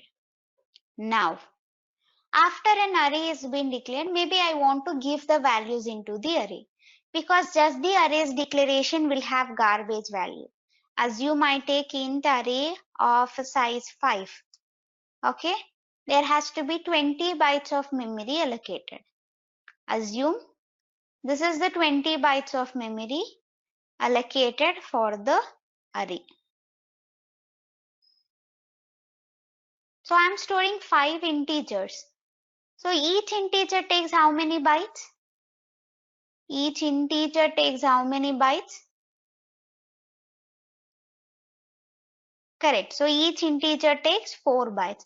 So if the starting address of the array is 1000, where will be the next element present? If the starting address of the array is 1000, where will be the next element present? Assume this is 1000. Where will be the next element present? Yes. Each of the element uses 4 bytes. So it is 1004, then 1008, 1012, 1016. To access the array's element, you have to go with something called as the index number. An index number varies between 0 to size minus 1. So very first element will be in index 0, second element will be in index 1, third element will be in index 2, fourth element will be in index 3, and fifth element will be in index 4. Okay. If you just declare the array like this, the array's element will have garbage value by default. So in order to not have a garbage value present inside the memory block, maybe I want certain values to made sit inside it. In such cases, I have to do the array's initialization. To initialize the array, here inside the curly braces, I have to give 5 elements: 10, 20, 30, 40 and 50. In that case, that value will be written here. That will be 10, 20, 30, 40 and 50.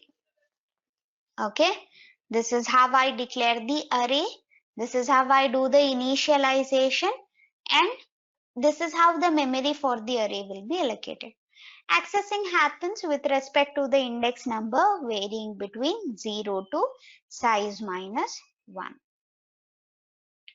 See here, data type, name, size, where size represents the number of elements. So the total memory occupied by the array is number of elements multiplied by size of an element. That is in turn size into size of the data type. If this is the array I'm going to take of 5 size with the values 10, 20, 30, 40 and 50, this will be the array. So the very starting address of the array always is called as the base address of the array. This address 1000 will always be called as the base address of the array, or you can also call it as starting address or address of the very first element of the array. All of them means the same, but we usually refer it as base address. Okay, you can call it as base address, or you can call it as the starting address, or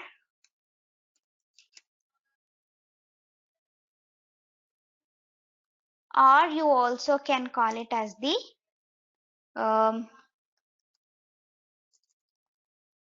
address of first element. Okay, the starting address is called as the base address or starting address, or address of the first element of the array. So then it is plus 4 plus 8 plus 12 plus 16. Index has to vary between 0 to size minus 1. So it has to be starting from 0. An array is a collection of similar data type. Elements occupy consecutive memory locations. First element will be in the lowest address and last element will be in the highest address. Elements are indexed from 0 to size minus 1. So if the size of the array is 5, index will vary from 0 to 4. Accessing out of the range array elements would be an illegal access. So whenever you have to access the elements of the array, you have to go with the name of the array, then the index number. Okay. So array of 0, array of 1, like this, you have to go with the index number. So if the index number varies between 0 to 4, I can access only between array of 0 to array of 4.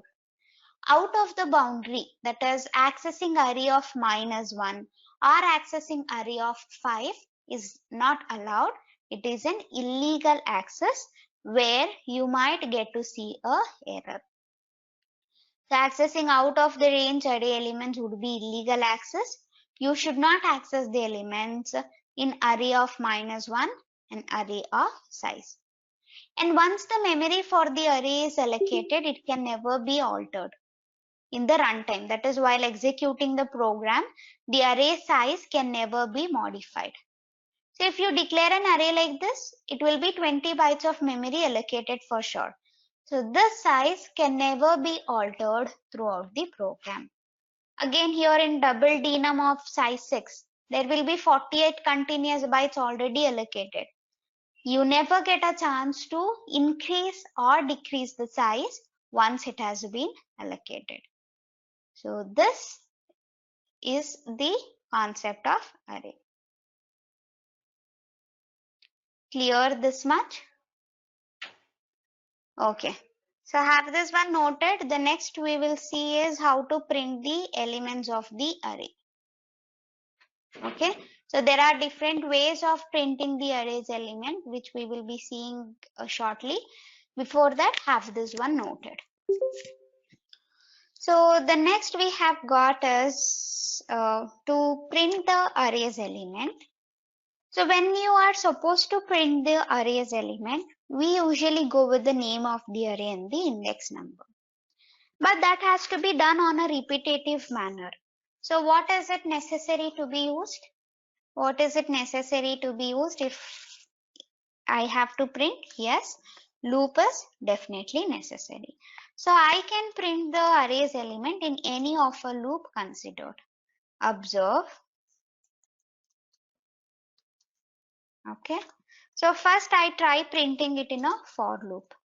Int array of size 5. I also do the initialization with 10, 20, 30, 40 and 50. I need another integer variable I for the sake of index. So I will first say it as printf arrays elements are. Okay. So I run a for loop for I is equal to 0, I less than 5 and I plus plus, because 5 is the size of the array.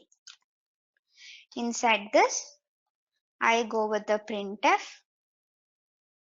Sorry. Yeah, so printf %d \n comma array's name with index. Okay, so first array of 0 will be printed when I will have a 0 taken, then array of 1, then array of 2, array of 3, array of 4. When I becomes 5, 5 lesser than 5 will be condition false. You come out of the for loop. Observe the output here.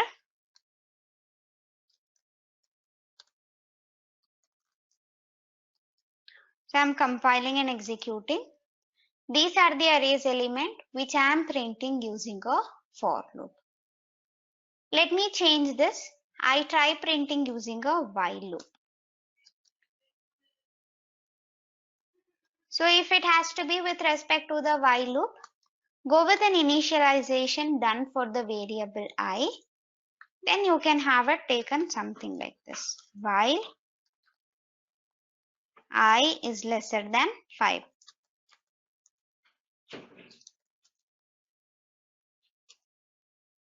So then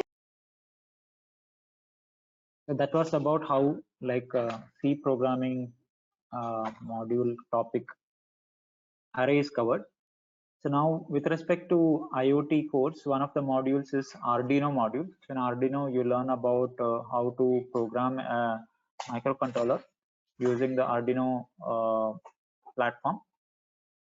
In that case, there are questions which pop up. One is like, what about the offline mode and online mode? What is the difference? In case of offline or online mode, there is not much difference in terms of what you're going to learn. So learning wise, you're going to learn exactly the same things in online as well as offline. The difference is in case of offline mode, you will be given a physical board, which is called as a node MCU device, which contains like Wi-Fi and Bluetooth inbuilt in it. Whereas in case of online mode, you'll be working on a simulator called as PixSim Lab, which has support for Arduino Uno. And this simulator, you can use it to interface with different peripherals. I'll show you a sample of it, how the hardware interface looks like in the simulator. So it depends on like which mode you want to deliver. So based on the mode of delivery, either you get a physical board or you will get a simulator. So a snapshot of the simulator I'll show you, so you can have a look at it. So this simulator will work exactly the same as real hardware. So I'm sharing my screen now once again.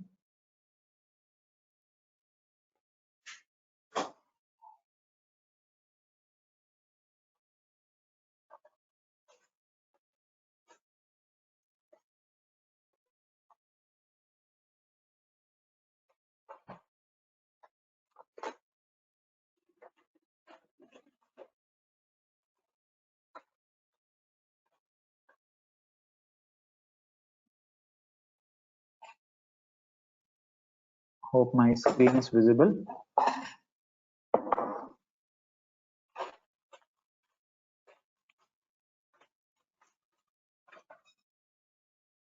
All right, so here if you see, so this is a PixSim Lab simulator. So in this simulator, you have options to choose your microcontroller as well as board. So in your case, since you're in our case, we are going to use an Arduino Uno based device. So if you look at this Arduino Uno device, you can see the board as well as the microcontroller interface. So advantage of using the simulator is that you don't have to physically purchase any hardware. Plus, you can easily program using the standard Arduino IDE, and you can interface even different peripherals. So if you look at this screen, you can see there's something called as spare parts. You can easily like interface with different components. This is the CLCD. You can add like input-output devices. Like a lot of options are there. In fact, it's very difficult to get this done in the real hardware environment, right? So you'll have to purchase each and every hardware. It may not be available, etc. Using the simulator, you can add external components. For example, I can just add a temperature sensor. I just click on it. Here you can see temperature sensor is added, and you can configure it to connect with the real microcontroller. So this is just an example of a program which is already running. Like you can see home automation, hello is printed. So we can build even projects using this simulator. So I'll show you a small demo of how the programming is done using Arduino using a simulator. So this is just a demo of how the Arduino module is covered in the online mode. Offline mode, we will be using a real hardware.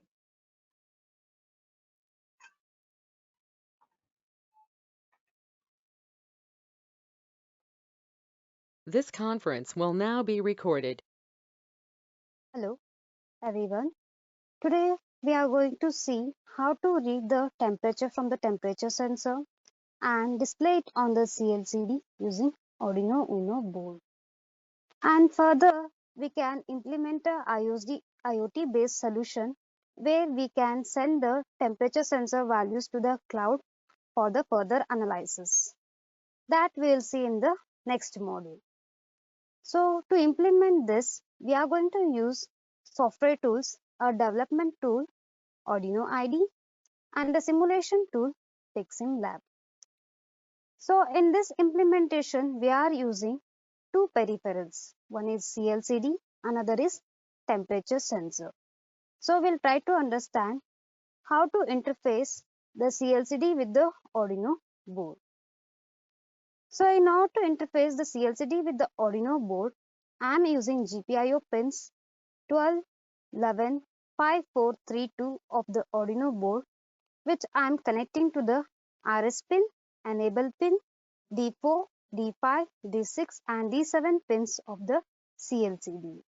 And I am grounding the R bar W pin.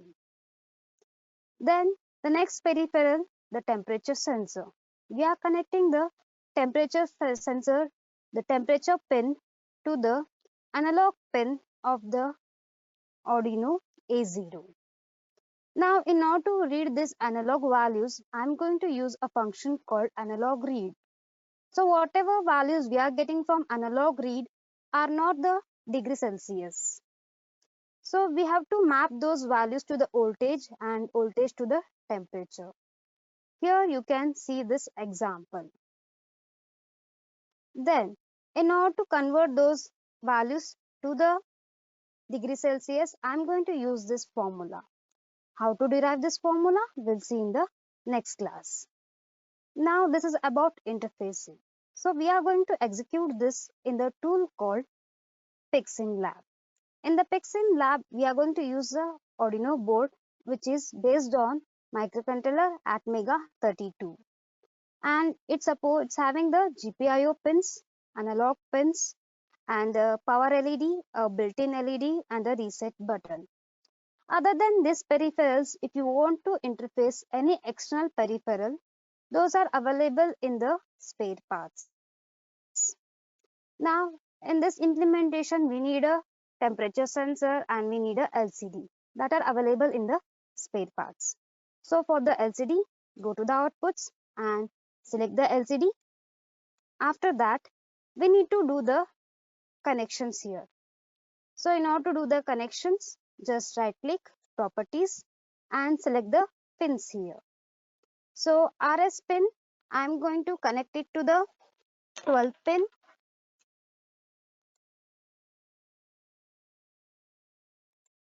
And RW, I am going to ground it. And enable pin, I am going to connect it to the 11th pin. And D4, I am going to connect it to the 5th pin. And 4, 3, and the 2. So, okay. Then this is the interfacing of the one of the peripheral. Now, next interfacing, we are going to use the input that is temperature sensor. Okay, then for the temperature sensor, go to the properties. And for the pin 2, which is temperature pin, for that we'll connect the analog pin A0. Okay. Then this is done with the interfacing. We will move on towards the coding. So for coding, we are going to use the Arduino IDE. So in order to interface the LCD, we are going to use a library called Liquid Crystal. So I'm including that library here. After that, we need to initialize those pins which we are going to interface the LCD with. So I'm declaring them as a variables here and sending those variables to a constructor for the initialization. Then in the Arduino IDE, there will be two functions. One is setup, one is loop. In the setup, we will write the code which we are going to run for once. And in the loop, we are going to write the code which we will run repeatedly. In the setup, to start with, I'm using a function called lcd.begin where you're passing 16 and 2. It means you're initializing the LCD for 2 line and 16 characters. Then LCD set cursor. This is to set the cursor at the position where you want to start printing from. So I'm setting it for the first line, first position. Then if you want to print anything on the CLCD, we are going to use a function called clcd.print, where I'm passing temp as a string. So this will be printed at the first position. Then in the loop, we are going to write the code which is running repeatedly, where we are going to read the value. So here in this formula, I am reading the value from the A0, which is connected to the temperature sensor, and converting those values into degrees Celsius and storing into a variable called temp of data type float. Now we cannot display the float directly on the CLCD. So we have to convert that float value into the string. So in order to do that, I'm using a function called string, where I'm passing the float value and the precision. The converted value will be stored in the string called temp string. Then where you would like to print this temperature, so set the cursor there. So I'm setting the cursor to the 6th position of the first line, and I'm calling function lcd.print, and I'm passing the temperature string. So a temperature will be printed at the 6th position. Now we have to compile this code, and after that we have to dump this code. So first we'll do the compilation. So in order to compile, we are going to use this button verify. And the output of the compilation, we can see it on the output window. So compilation is done. Then after that, in order to upload, we are having a upload button here. Before uploading, we have to choose the board, and we have to choose the port where the board is connected. So that is done. Then we are going to upload it by clicking on the upload button. Once uploading is done, we can see the output on the CLCD. So you can see that, okay, whenever I vary the temperature, okay, the temperature can be seen on the CLCD. So this is how we can see the temperature from the temperature sensor on the CLCD. Thank you, everyone.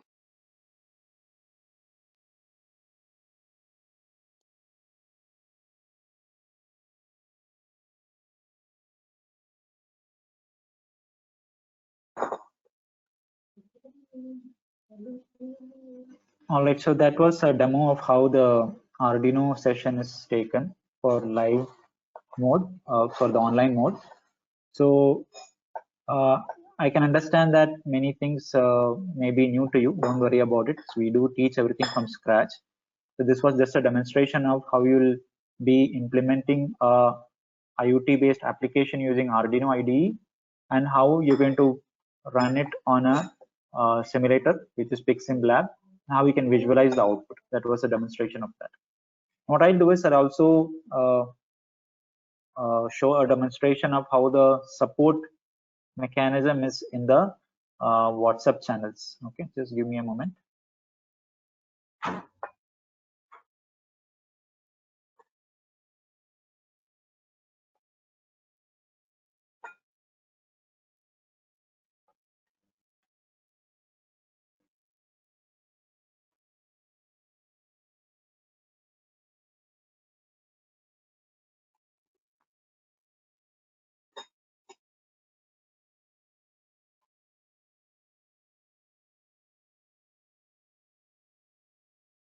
So this is one of the batches which is undergoing EC-EP course. So for every course or every batch, we create a WhatsApp group.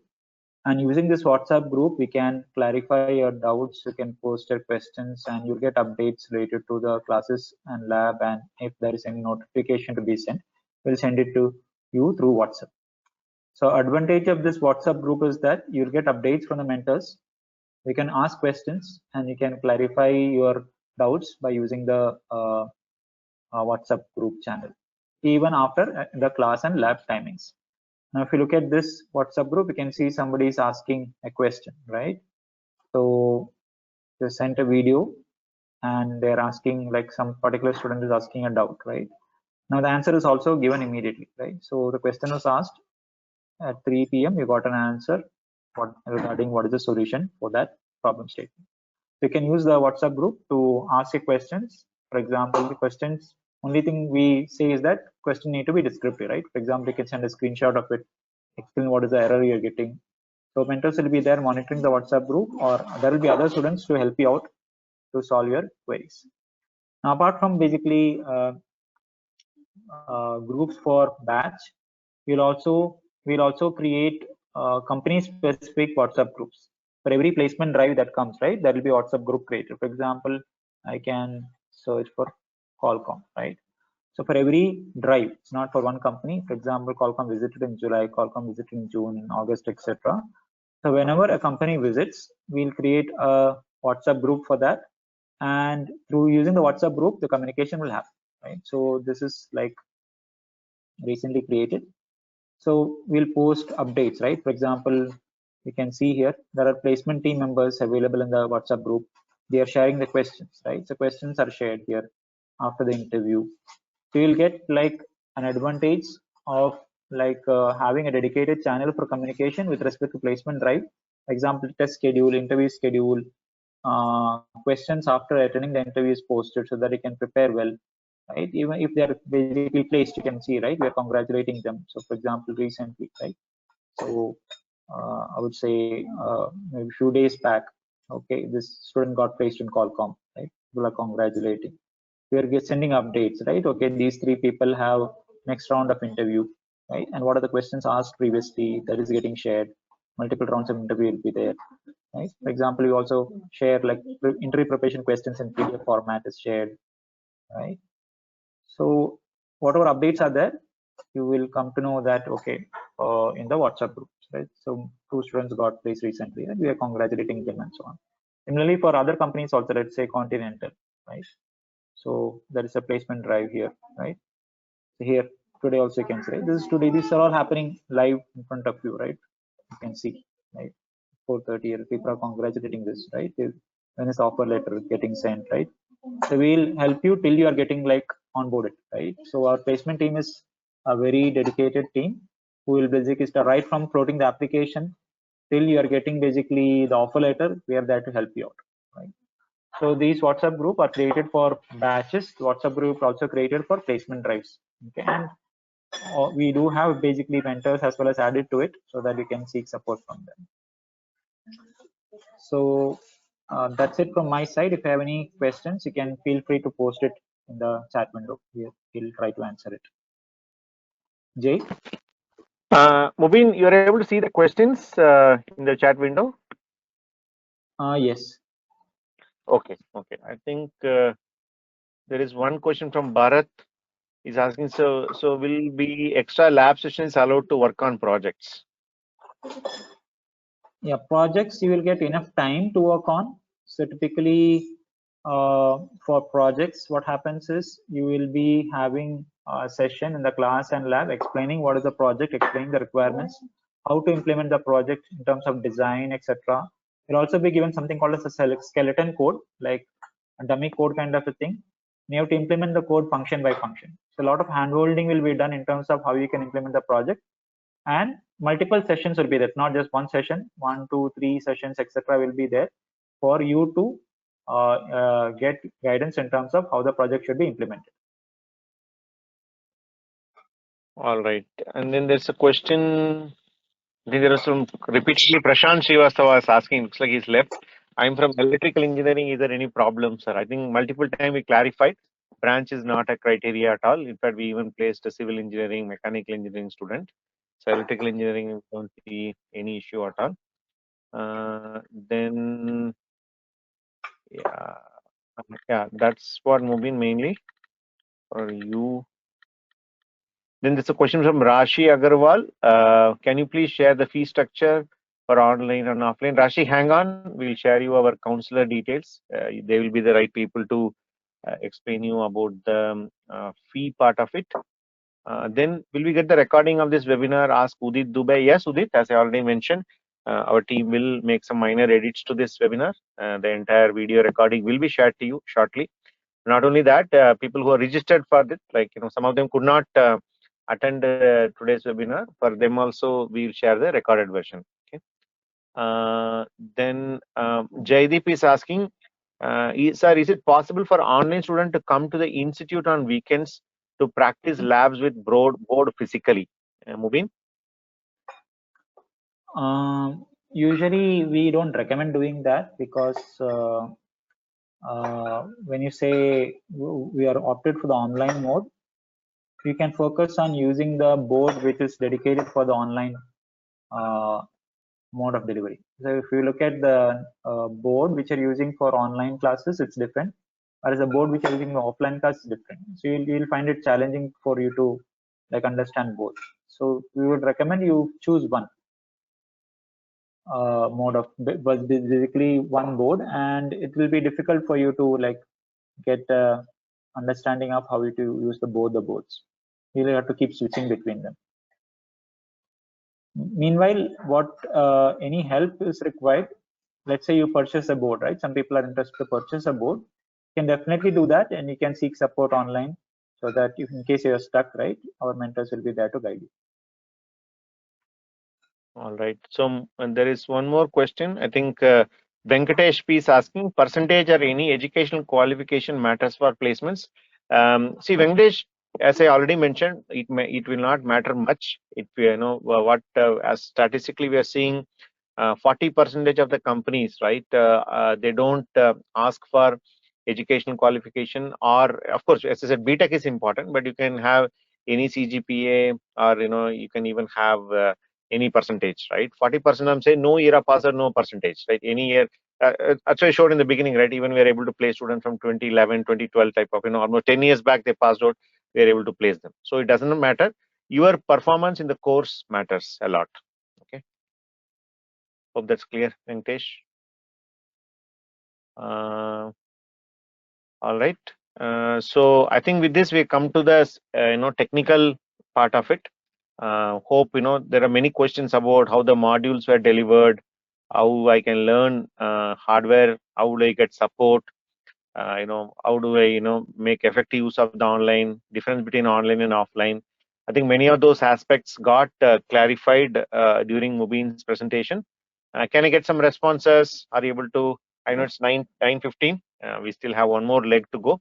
But can you just get some responses? Are you able to get a view about how the course is going to get delivered, especially online? Offline, it's very obvious, right? You come to a center and learn.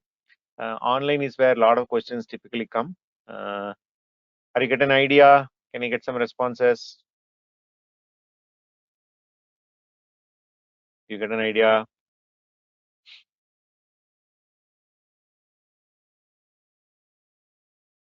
People are gone silent. Okay, I assume they're okay.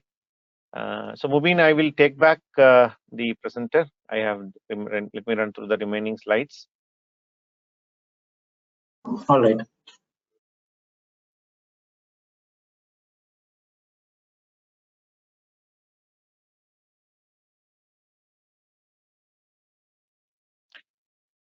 All right, guys. Hope that technical session where Mubeen walked you through the virtual classroom, labs, LMS, doubt clearing, etc. That gave you a clear view about how the course is going to get delivered to you, right? So many the online, offline effectiveness in terms of which one is cost effective. This is a very interesting question to answer. It's obvious that the online course is highly cost effective because you don't need to come to Bangalore, and spend time in terms of your in terms of your accommodation, travel, all those things basically get ruled out. You can very well learn from your home, right?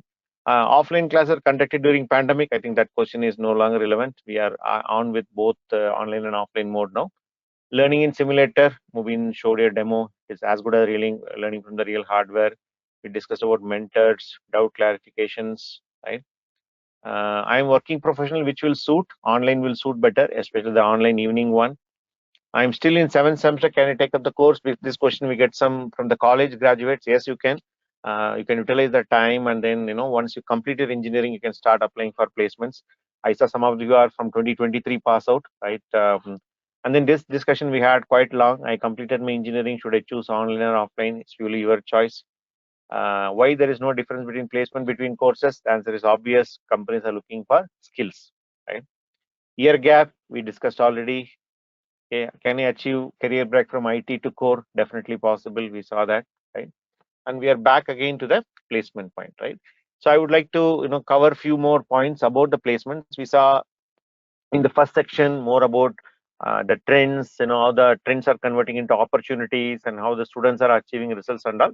So this section we'll talk about placement as a process, right? So some portion Mubeen has demonstrated in his section in his presentation about the WhatsApp group, etc. So but before that we also have a Google group where the application gets floated, etc. So after the shortlisting, they switch to the WhatsApp group for further discussion, right? So all of you, once people who sign up, of course, right, will be added for a Google group, which is a private group exclusively for our students, both the embedded and the IoT students. And then once you're part of the group, the applications will be floated. I'll show you a quick demo of it, and then you can apply online. And our placement team will take care of the entire responsibility of sharing the list with the company, getting the shortlisting done, and then ensuring that the written tests and interviews are conducted, and until the offer release. What you saw snapshot in the WhatsApp, which Mubeen has showed. So let me quickly show you how our Google group looks. You can see my screen. This is our Emertxe Google group. The same data, whatever we are seeing here, is what getting published in our social media also. Maybe social media will take some time because our team needs to prepare that post, etc. But this group is what we call it as a live, whatever is happening in sync with the WhatsApp group that Mubeen has shown. You can see here every day, the kind of placement actions that happens here. Today you can see, right, how many number of applications got floated, how many interviews got scheduled. You can see, right, somewhere in the morning 9:30 all the way up to 4:15. Similarly, you can see yesterday more number of actions, right, 16, 15, right. 16 would have more actions because we all resumed after the Independence Day long weekend. You can see, right, 16 was a very busy day. So many applications got floated. And when I say floated, let me quickly show you guys with couple of applications. One is like Borg's Technologies, where Borg's works on the core mobile and related firmware, and this application will have all the details about the placements, basically which module students can apply. You can see here no percentage criteria, no era password criteria, right? They can apply, and you can see, right, 5.5 lakhs is a minimum salary. For experienced candidates, salary vary to higher, right? And then how the interview, are there any bond, how it is the interview like, and then we have, it's a Bangalore work from office, and when you need to apply, right, every information is shared here. Similarly, you can say Vitasco, another automotive company, similar details are shared. So the entire information here, you can see, right, there's a year of password criteria, 20, 21, 22, etc. 65% in highest BTech only can apply. 6 lakhs for BTech people and 7 lakhs for MTech, right? They're asking for a 3-year bond for BTech and no bond for MEM Tech. Interview will be an online, and Bangalore work from home or office. It will be decided by the client. Some companies are still open. So this is how the entire application floating process. Then you can apply, and then when they get shortlisted, the shortlisted students are shared here, as you can see an example.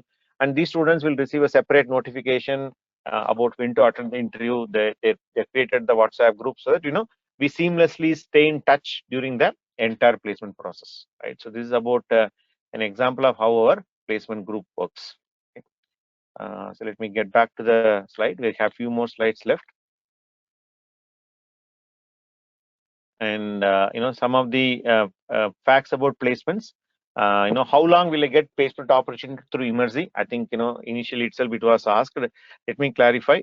You can start applying after the 3rd month once you complete your C and Arduino modules as a part of our IoT course, right? And then you'll get placement opportunities 2 years from the time you complete the course. So let me draw a timeline here. So let us say you are joining the course in, let us say, August, right? August 22. Let us say 6 months course, September, October, November, December, January, February. Let us say you complete your course, somewhere in February 23. This is how your course will end, February 23, right? So this is your basically the 6 months duration of the course. And from February 2023, for 2 years, you will get an unlimited placement opportunities, which means to say you can apply through unlimited placement jobs till February 2025. Okay, so that's the timeline. And you can start applying once you complete the core modules. That is, suppose let us say August, September, October. Let us say from November onwards, you can start applying. Okay, so that's about the starting. So that way, if you see, it's like actually here it is 2 years, that is 24 months. And in fact, we can do before itself 3 months. So actually, 27 months of opportunities you are getting, right? So this is the uh, 2 years thing that we talk about, right? When our counselor, some of you might have spoken to our counseling team. This is what they mean, right? Can you choose between two job offers? No, you can apply for multiple companies as you saw in the group, but whichever offer comes first, you need to select that offer. Okay, I think that's what the Bharat's question is, right? You can apply, Bharat, application wise you are fine, but you need to select the first one, whichever company offers first, you need to join the company. Okay, that's our placement policy, right? Should I apply to all the companies? Not necessarily. You have the choice. Okay, you can. Some students wait; they complete more modules. In fact, we strongly recommend that you complete more modules and then apply. That way, your opportunities and also your probability of selection also goes high. What type of companies are hiring? You already saw small, big, medium, different verticals: automotive, IoT, electric vehicle, robotics, almost all the domains are hiring. Year gap, will it affect your placements? The answer is no. Skill set and your project is what matters, not your year gap or your academia, right? I have a notice period bond with my current company. How can I handle it? This could be coming especially from working professionals who are opting for an evening batch, evening online course. No need to worry. Our team will work with the companies. In fact, they also know that this course is taken by working professional for a upskilling and changing their career. Our placement team will work it out. Okay, they will get an opportunity to serve your notice period and then join the new company. Okay. So that's it. So final slides, like these are all the dates where the courses are scheduled. IoT course, the offline course is starting on 24th of August, and 26th of August we are planning our online course, right? And then people asked about fee, etc. So please note down, this is our counseling team's mail ID. Very simple, training at Emertxe, and phone number is 809-555-7332 is our team's phone number. You can reach out to them in either of the channels or you can WhatsApp them. They will be responding to your queries. In case you are already in touch with a specific counselor, they'll be continue to help you. Okay, so that's about the course dates and the contact point from our counseling team. Okay, and we are active in social media. We strongly recommend you to follow that, both in LinkedIn and Instagram. We keep posting quite a lot of things. We also conduct free webinars, inviting industry experts. We just completed season 1 and we are, kind of restructuring. You will be hearing more on that shortly. And all the placement updates, I'm so pretty many of you are watching all the updates, right? Coming on a regular basis, our success stories, our what is the placement drive related data, some of the industry news, everything we share in our social media. So do keep in touch in that social media channels. All right, with respect with that, let us, come to an end of the presentation. I would say, I would like to welcome you rather, saying thank you or a closure, because welcome to the world of IoT, welcome to the world of what do you call possibilities of the future. You all know the smart world powered by smart devices are the future, where the IoT is the center pillar in which entire ecosystem is built around. Opening up a lot of career opportunities for budding engineers with the right set of skill set, right? And there's a question from Bharat. If in the middle of the course, if you selected, how the course is affected? Yeah, that's a good question. There are two scenarios. One is like where you get selected before the course, right? If you're not selected by the end of the course, you can continue apply for 2 years, which is obvious. if you're getting selected in between the course, most of the companies would expect you to join immediately, Bharat, which means to say that you need to join the company, and the students are continue to give opportunity to continue the course in our evening batch. Like for example, if you are a offline student IoT you are attending in our center, suppose you get placed, right, you will be shifted to the online evening batch where you can attend the classes for the pending modules, right, in the 7 to 9 p.m. slot, whatever we shared. So that way we want to ensure that you don't miss any skill set in case you get placed before that.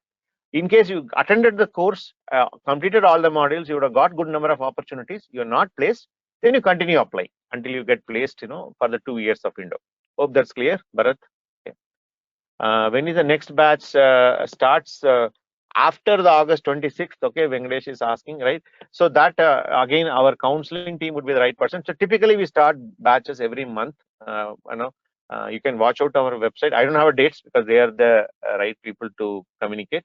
After August 16th, it should be in September. But please get in touch with our counseling team. They'll be the right person to communicate the dates. So they maintain the dates. Okay.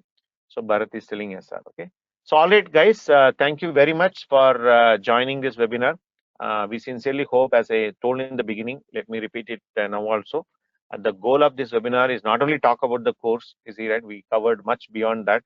By sharing the ability, information with the best of our abilities, so that you take the right decision with respect to your career, right?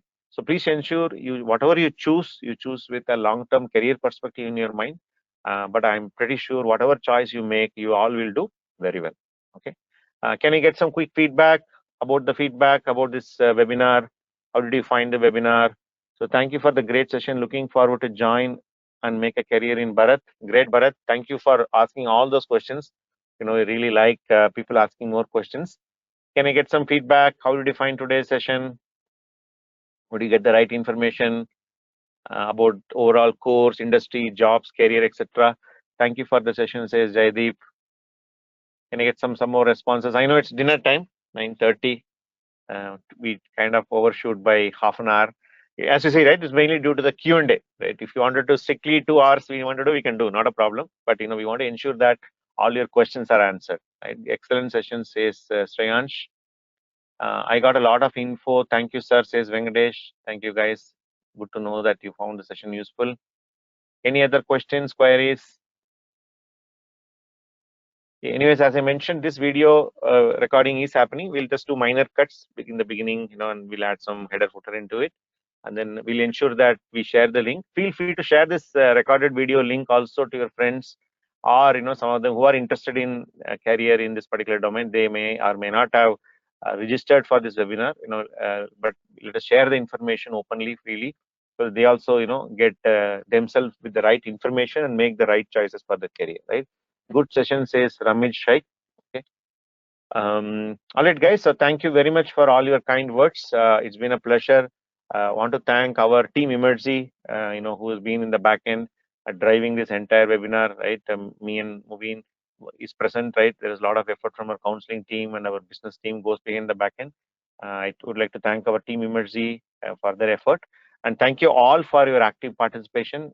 Looking forward for more interactions in the future webinars, and wish you all the best for your career. Okay, so take care. Bye.